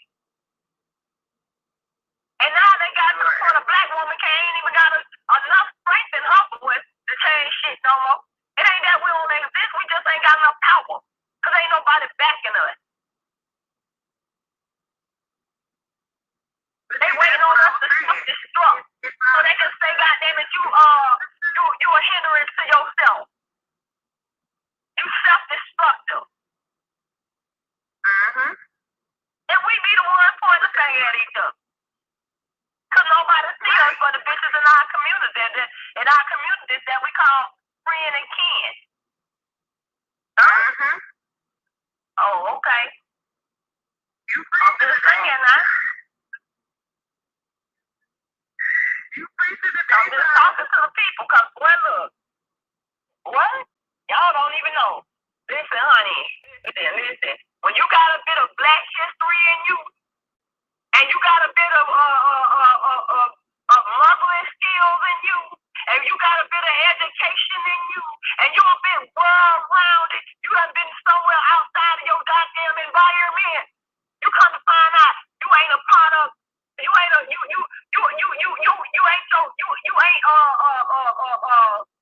product of this environment that you live in. You understand me? Right.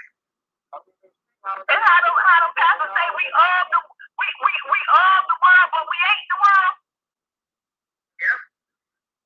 Come on now. That's what you start to learn.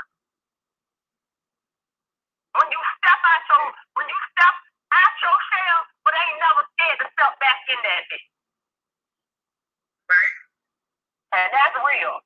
A lot of us step out the hood and be scared to come back over here because we can't live. We don't know how to live when we get here.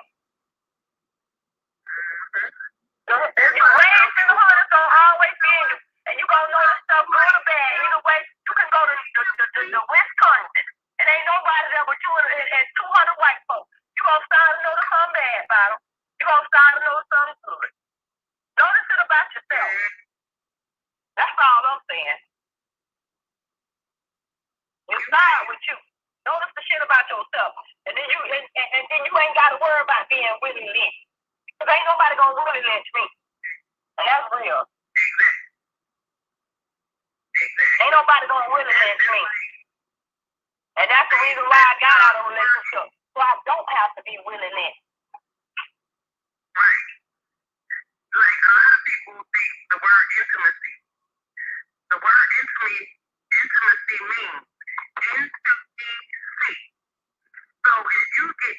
communicate with yourself, then you know who you are. But a lot of people ain't going to do that because they're so busy following everybody else that they're not going to look inside themselves to get what they need. They're not going to communicate with God and look into themselves and have God look into them and speak to them because they don't want to know. They're scared. They're scared to know who they really are. So until they find out who they are, they ain't never going to live a good life. They ain't never going to be happy. They ain't never going to see what they were supposed to see because they never looked inside themselves to see that. To know that you're strong, you can make it, you can get through anything. That's what my grandmother told us. That's what my grandmother put in us. She said, the one when it so people feel like an intimate relationship is only a sexual encounter. Let me tell you what intimacy really is. And I'm gonna break it down using just what you said. Intimacy. It means to look inside, right? But when you look inside, and the Father, when the Father created you, and He wanted, and He stated for you to have, first of all, wait a minute, I ain't gonna say that. He knew we was gonna have intimacy. That's why He put Joshua here. But to make a long story short, once Joshua came about and he went through the laws and the process and the fulfillment for us, he knew it was going to go on. And when we started having intimacy, we thought it was a physical thing. It's not supposed to be a physical thing. It's a spiritual thing. So that we can look down inside, get intimacy, into me. You understand me? Intimate means to be into yourself and see the Father first. Exactly. You understand? Because you cannot see the Father without seeing you first. You are the Father. That's why people say there are many gods. You understand? Because anybody can be a god. That's a name. That's a title. That's not a name. You understand me? Lord God, Jesus, those are all titles. Right. You understand? It's not a name. The name that was given, oh girl, y'all better stop playing with me. The name that was given, we kept hid for over 4,000 years. That's because it's not to be played with. But at the end of the day, everybody ain't gonna believe in that name. You have to see the works within you. I don't give a darn what y'all call the Father. Whether it be Lord, whether some people call him Lord and God, the same thing. Some people call Jesus and God, the same. Whatever it is, you know what I'm saying? Amen. It's only one creator. And it was intimacy was meant to see him first. You understand me? But you gotta see it through yourself first. And you absolutely right, Kim. Because I can't see God in you, or Jesus in you, or Yahweh in you, or Yahshua in you. I'm not Yahshua, but the creator in you. Right. I'm not seeing it in me. So the Alpha and the Omega, the beginning and the end, nothing before, nothing after, and nothing through. I am. Yahweh, Elohim, Yahshua. These three are one. I am because I am. Come on, now. Yeah. And there's plenty of false gods. There's only one true living God. Exactly. Well, see, that's the thing, though. People think that we serve a God that is not a lie, and God is a lie. Oh, for sure. And you know, I always love saying this when the Bible says if two or more come together, agree that God's word is done. You know, the Bible also says that He swears that He will bless you.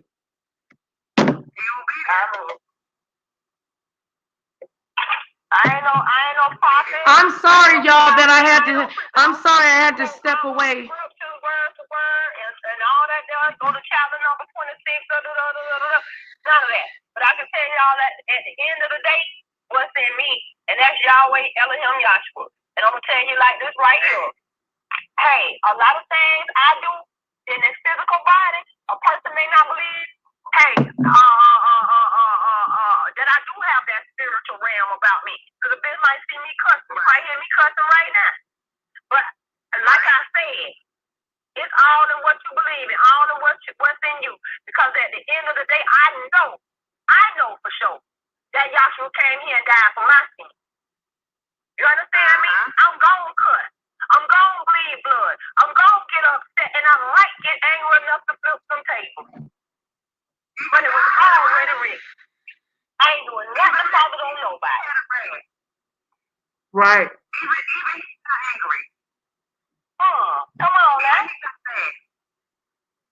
Don't defile my church. Come on now. Some Christian you is cussing everybody out. Well, excuse me, but didn't God get angry and tell Noah to build the boat ark because he was mad at everybody on the earth not doing what they were supposed to be doing and he was flood the earth? Is that not bad? Come on. He may not have. God was He was angry it at showed that point. he showed He wasn't mad till he watched this thing out. Just said be angry, but sin not. So don't like to be angry. Just watch how you get angry. Be angry. There's also like indignation. That's the type of rage within that anger. That's what the Father showed us by washing us out. He was angry when he told Joshua to build that vessel. However, it wasn't vessel that's no stick and stone either. I don't know why they playing, but we ain't gonna even go there.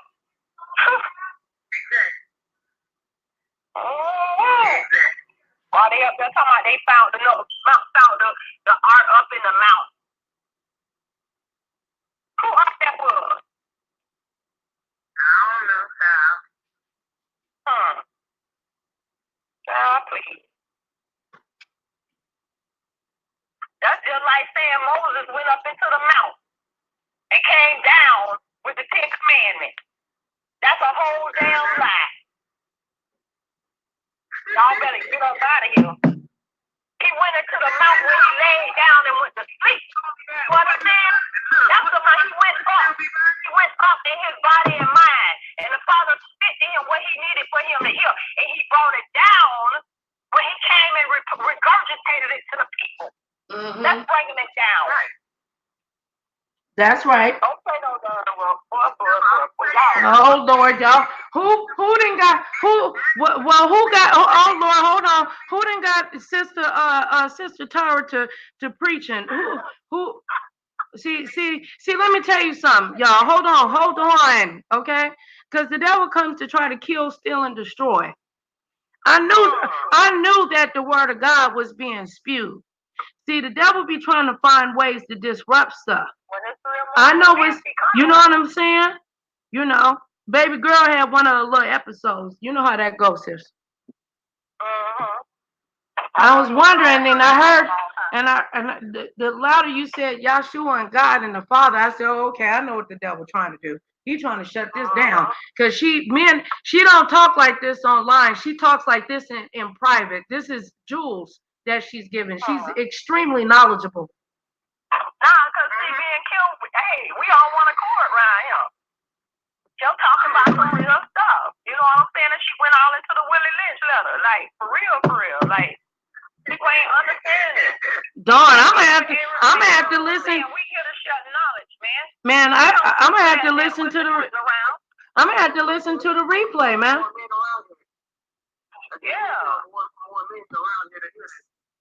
But it's all right. They in the bushes, as sis say. What you say, sis? No, yeah, what you Aaron said that he wished there was more that was here that would listen. Yeah, I wish more men would get in and talk about stuff like this with the sisters and stuff like this. So, I mean, basically what I'm saying is I should not be the only male in here. It should be more men in church. And we used to have a bunch of guys that came and hung out with us. I ain't gonna say a bunch, but it was about 2 or 3 of them. They used to come through and, say they look whatever they got to say. But, as time passed, people fall off, child. Yeah, Paul Graves. Back, but, Paul Graves. I know we still got Raheem that be hanging out with us, and Pastor Jack, he done got in trouble, so. He running the street around here with one shoe on and one on top of his head. There's somebody to shoot at him. We gonna leave that one alone. Okay. I'm right here, babe. No, baby. Oh, Lord Jesus. But yeah, I was saying, like, perfect example, like this gang. When the gang first started, they weren't violent. It was not about violence. It was just about protecting their community and feeding the kids and educating the women and children on their rights, their family circle, their units, and all that stuff. The gangs became violent when it came to crack cocaine, and they started selling drugs and monetizing money. Money out of fees and mouths or whatever the case might be. That's when the gangs became violent. When they first started, it wasn't about no violence. It wasn't about no sex. It was about bringing the communities, the black communities together to make sure that these kids got what they needed. Father figures where the fathers weren't there. Gangs originally started with the Black Panther Party. Right. And that was about teaching kids how to be proud of being who they were. That's right. You know what I'm saying? And that's how gangs started, but it wasn't about no violence. It didn't come into violence until that, what is it? Point pro, whatever it is. Wait, what you were saying to what now? I said that it didn't become violent until they wanted to know what we were talking about. They put more find out. You talking about the gun control movement? Yeah, the corn. What is it? They started filtering people in to say, okay, you work for the government, you need to be in that gang. You work for the government, you need to be in this gang. So then, right, they took blacks and Italians. And all this stuff came through because they wanted to know what we were talking about because they knew 110%. They know for a 110% fact that if black people was to come together, truly come together, they would have no win. They will fall. That's why they killing so many young black men, so they don't reproduce.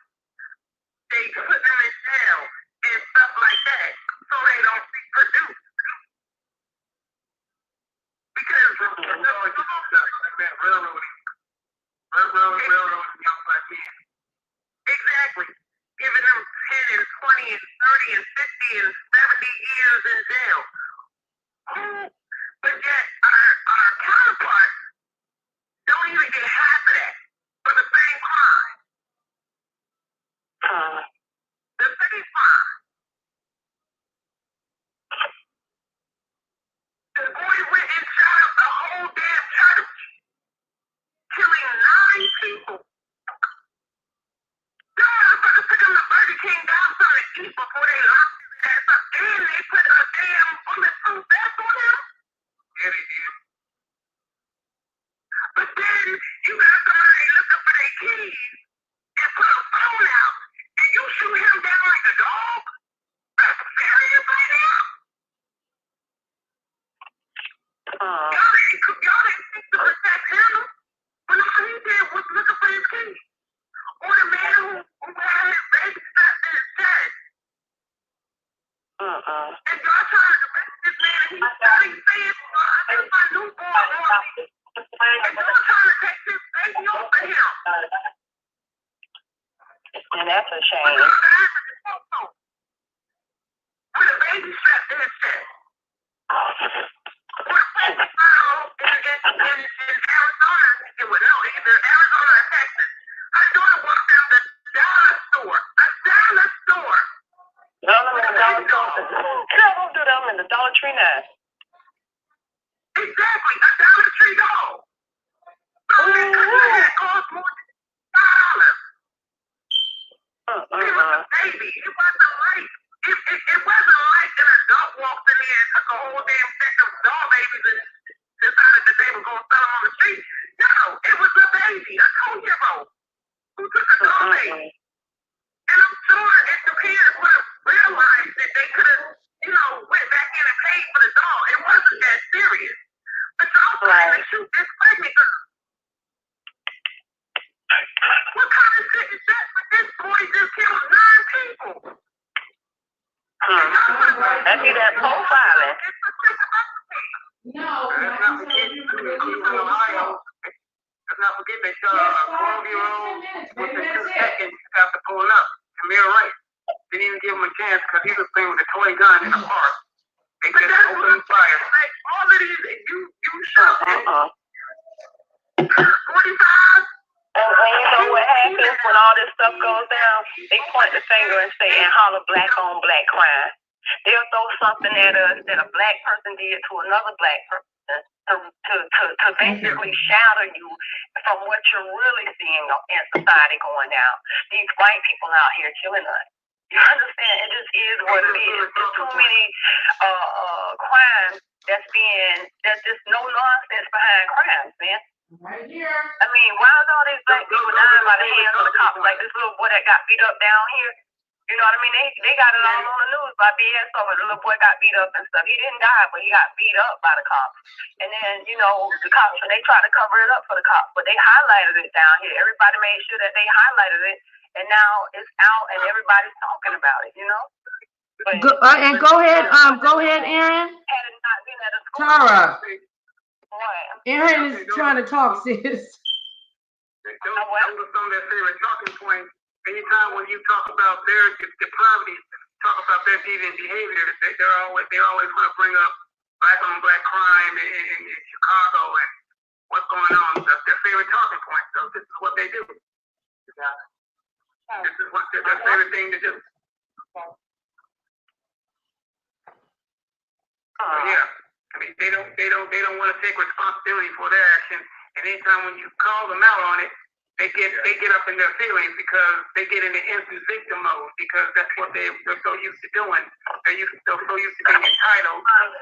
They want to bring up everyone else's dirty laundry when historically, as well as presently speaking, they have been the biggest criminals, the biggest offenders of the whole planet. They're the reason why entire animal and plant species are gone. They're the reason why we have so many damn chemtrails in the sky. And now there's even a campaign going on where they're trying to literally eliminate the sun. A natural element like the sun. Now we know the sun is a very natural element. If they try something else like that, y'all might as well forget about all your insurance, paying all those last minute insurance payments and stuff like that, talking about you're gonna leave some big kids because we all gonna die. What, sis? The Father will take us out. You cannot mess with the sun. From a natural or physical standpoint. The Father will take us up out of here.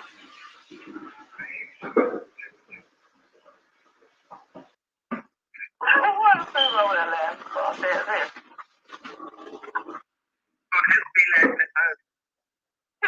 Oh. I'm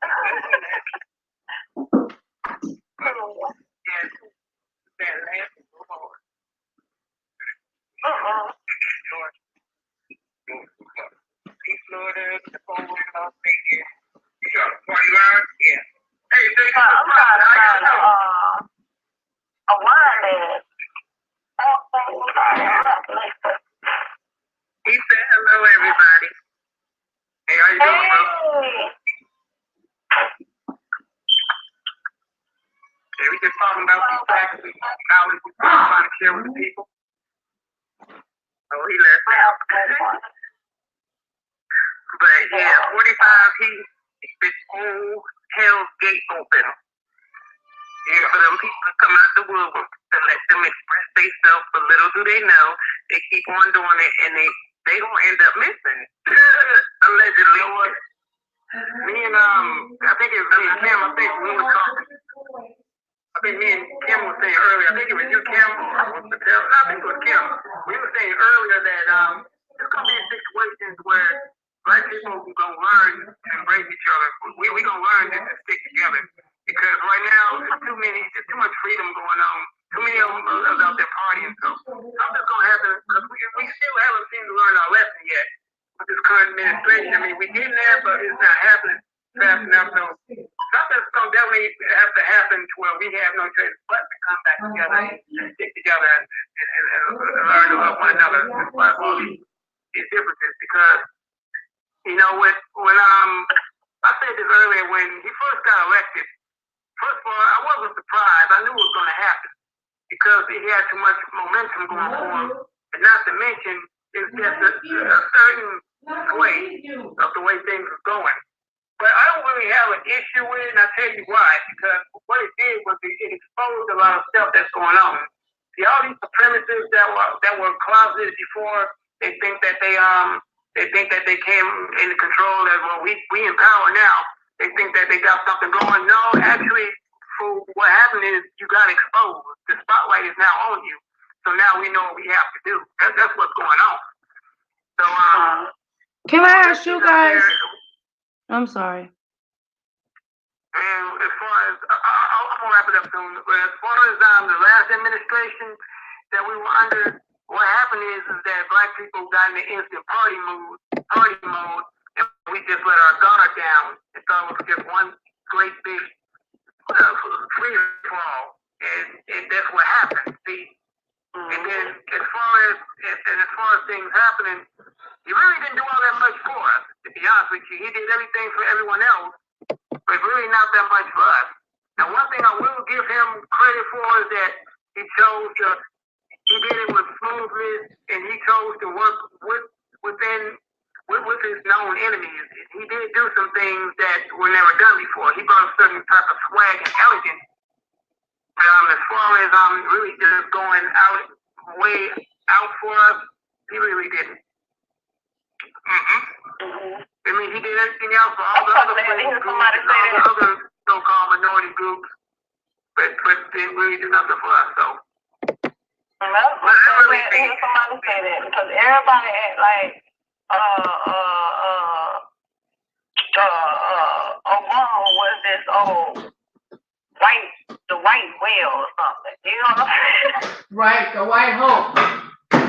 Yeah, like he came through as Mr. in the night and just changed things. Man, he ain't did nothing, man. He did something, came and gave us a black, like this said, the black hope, and got your ass on. He done everything for the LGBT community. He done things it was for to do, man. It was set up before he got in there. He came in to take the blows for everybody. Exactly. What else could you do? Everything that was going to be destroyed was destroyed before he got in the seat, and everything that needed to be put in place was going to have to be put in place by the man behind you. And that's just what happened. You was just a filler. And that's why you didn't know, and we're sitting here watching Trump take all the Trump take all the damn credit right now. What the thing that Hillary would have won, she would have won, but it was a lot of women who felt as though we wasn't ready for a female president. A lot of women. She wasn't talking about crap either. Well, you know what? A lot of women, and a lot of black women who felt as though we wasn't ready for a female president, period. That's true. That's true. Well, people looking at that about Hillary, but you know, a lot of people don't know this at all. This is something that black women need to know about Hillary Clinton. Her idol was actually Margaret Sanger. You know who Margaret Sanger was? The lady from, what's the name? Planned Parenthood. She was the progenitor of Planned Parenthood and eugenics. Planned Parenthood was actually strategically aimed at eliminating black and Hispanic babies. That's why people don't know that about her. Right, but see, this is the thing that backfired on them, though. That's one of the things that backfired on them. Because one of the reasons why they put that law into place in Georgia and Alabama and all of the places is because they found out that 60% of white women, 60% more of white women were getting abortions than black women and Latino women. Oh, you know what? I get that too. I just figured it out. When you said that, basically what they want to do, they want to have white women have more babies, because really, their numbers are declining. And white women's eggs are not strong enough. Right. So what is the major IR, and that's why there's such an IR campaign going on too. And I say IR, I'm calling it racial. Because I want you guys to go do the research on Planned Parenthood. While every woman, and this is a topic that sis needs to bring up on this channel too. While all of us women, we find out that other girls are thinking about having sex or talking to guys and rush their ass down to the, because we always do it. We get rushed down to the health department to get put on birth control immediately.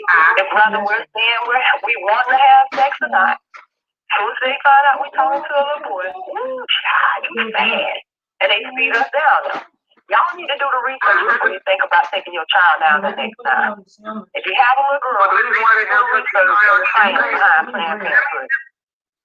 Let me tell you something. It's a sterilization magnet. All black. I'm just gonna put that out there, y'all. But they're done. Exactly. They're not wrong. And this one thing that I've never thrown birth control ever. Never. Even when my mom found out I was having sex. But when my sister, I didn't take it. My niece went to her mom. Now, mind you, this is my sister's only child. And she was like 16, going on 17, and she went to my sister and told her, I'm thinking about having sex. She said, I'm thinking about it. She didn't say she was. She said she was thinking about it because she had a boyfriend and they was together for about 2 years. He was already having sex, but she wasn't. So she told her mom, I'm thinking about it. You know what I'm saying? She's 16, of course. You know what I'm saying? But then what my sister did was she went to Planned Parenthood. She got all them little, remember them colorful packages that they used to give us in school? She went and got all them damn pamphlets. Who met my niece, hit her in the face, lit with this pamphlet, with these pamphlets. And she told her to read all the pamphlets and then come talk to her. My niece called me screaming funky. I paid for it, came to my house, and I told her, and I sat there and I explained everything. When I say everything, I explained everything to her. How to put a condom on, how to put, you know what I'm saying? If you don't want to, say no. You know what I'm saying? If this is happening, get up out of there. This, that, and other. I went down the line from top to bottom. Do you know she waited 2 years after I told her about it? Wow. So this is what we have to do with our kids, especially our girls, because when it comes to our girls and our boys, everybody, I don't care who it is, has a double standard. When a man finds out his son is having sex, that's my boy. Yep. It gets celebrated. Yeah, with us, we get put on a damn pill. And get told you can't do what your brother do. Huh. What happened? Oh, no, I'm here. I'm sorry, y'all. I'm just sitting back actually enjoying and receiving the blessings that y'all have blessed my channel with the knowledge and the wisdom that Aaron and Kim and you, Tara. I'm very, very thankful for this. Very thank you. I love you too, Shy Shy. We appreciate you, man. You're giving us a platform to be able to share whatever we feel like talking about with people. So that's cool. I appreciate you, sister. I know I do, and I'm pretty sure that. Well, we're getting the highlight, so I don't want it to cut us off right in the middle while we're talking. Aaron, do you have anything that you would like to say in closing? Or did it hang up on him? I'm not sure. I just got quiet. I don't know what happened. Well, go ahead, Tara. Go ahead and close it up. All right, you guys. Well, you have been listening to Nicole Reloaded. Return. I love to say it like that. We talked about a lot of things. We hit on a lot of topics, you guys. If y'all can go back and watch it on the replay, you'll understand more of what we were talking about in the end. And if you guys haven't already subscribed, sorry, if you haven't already hit that bell, go ahead and do so. If you haven't hit that like button, do so as well. And we love you, and we're out of here. This is Tara, Info for you. Well, there we go. I'll let you close that shit up.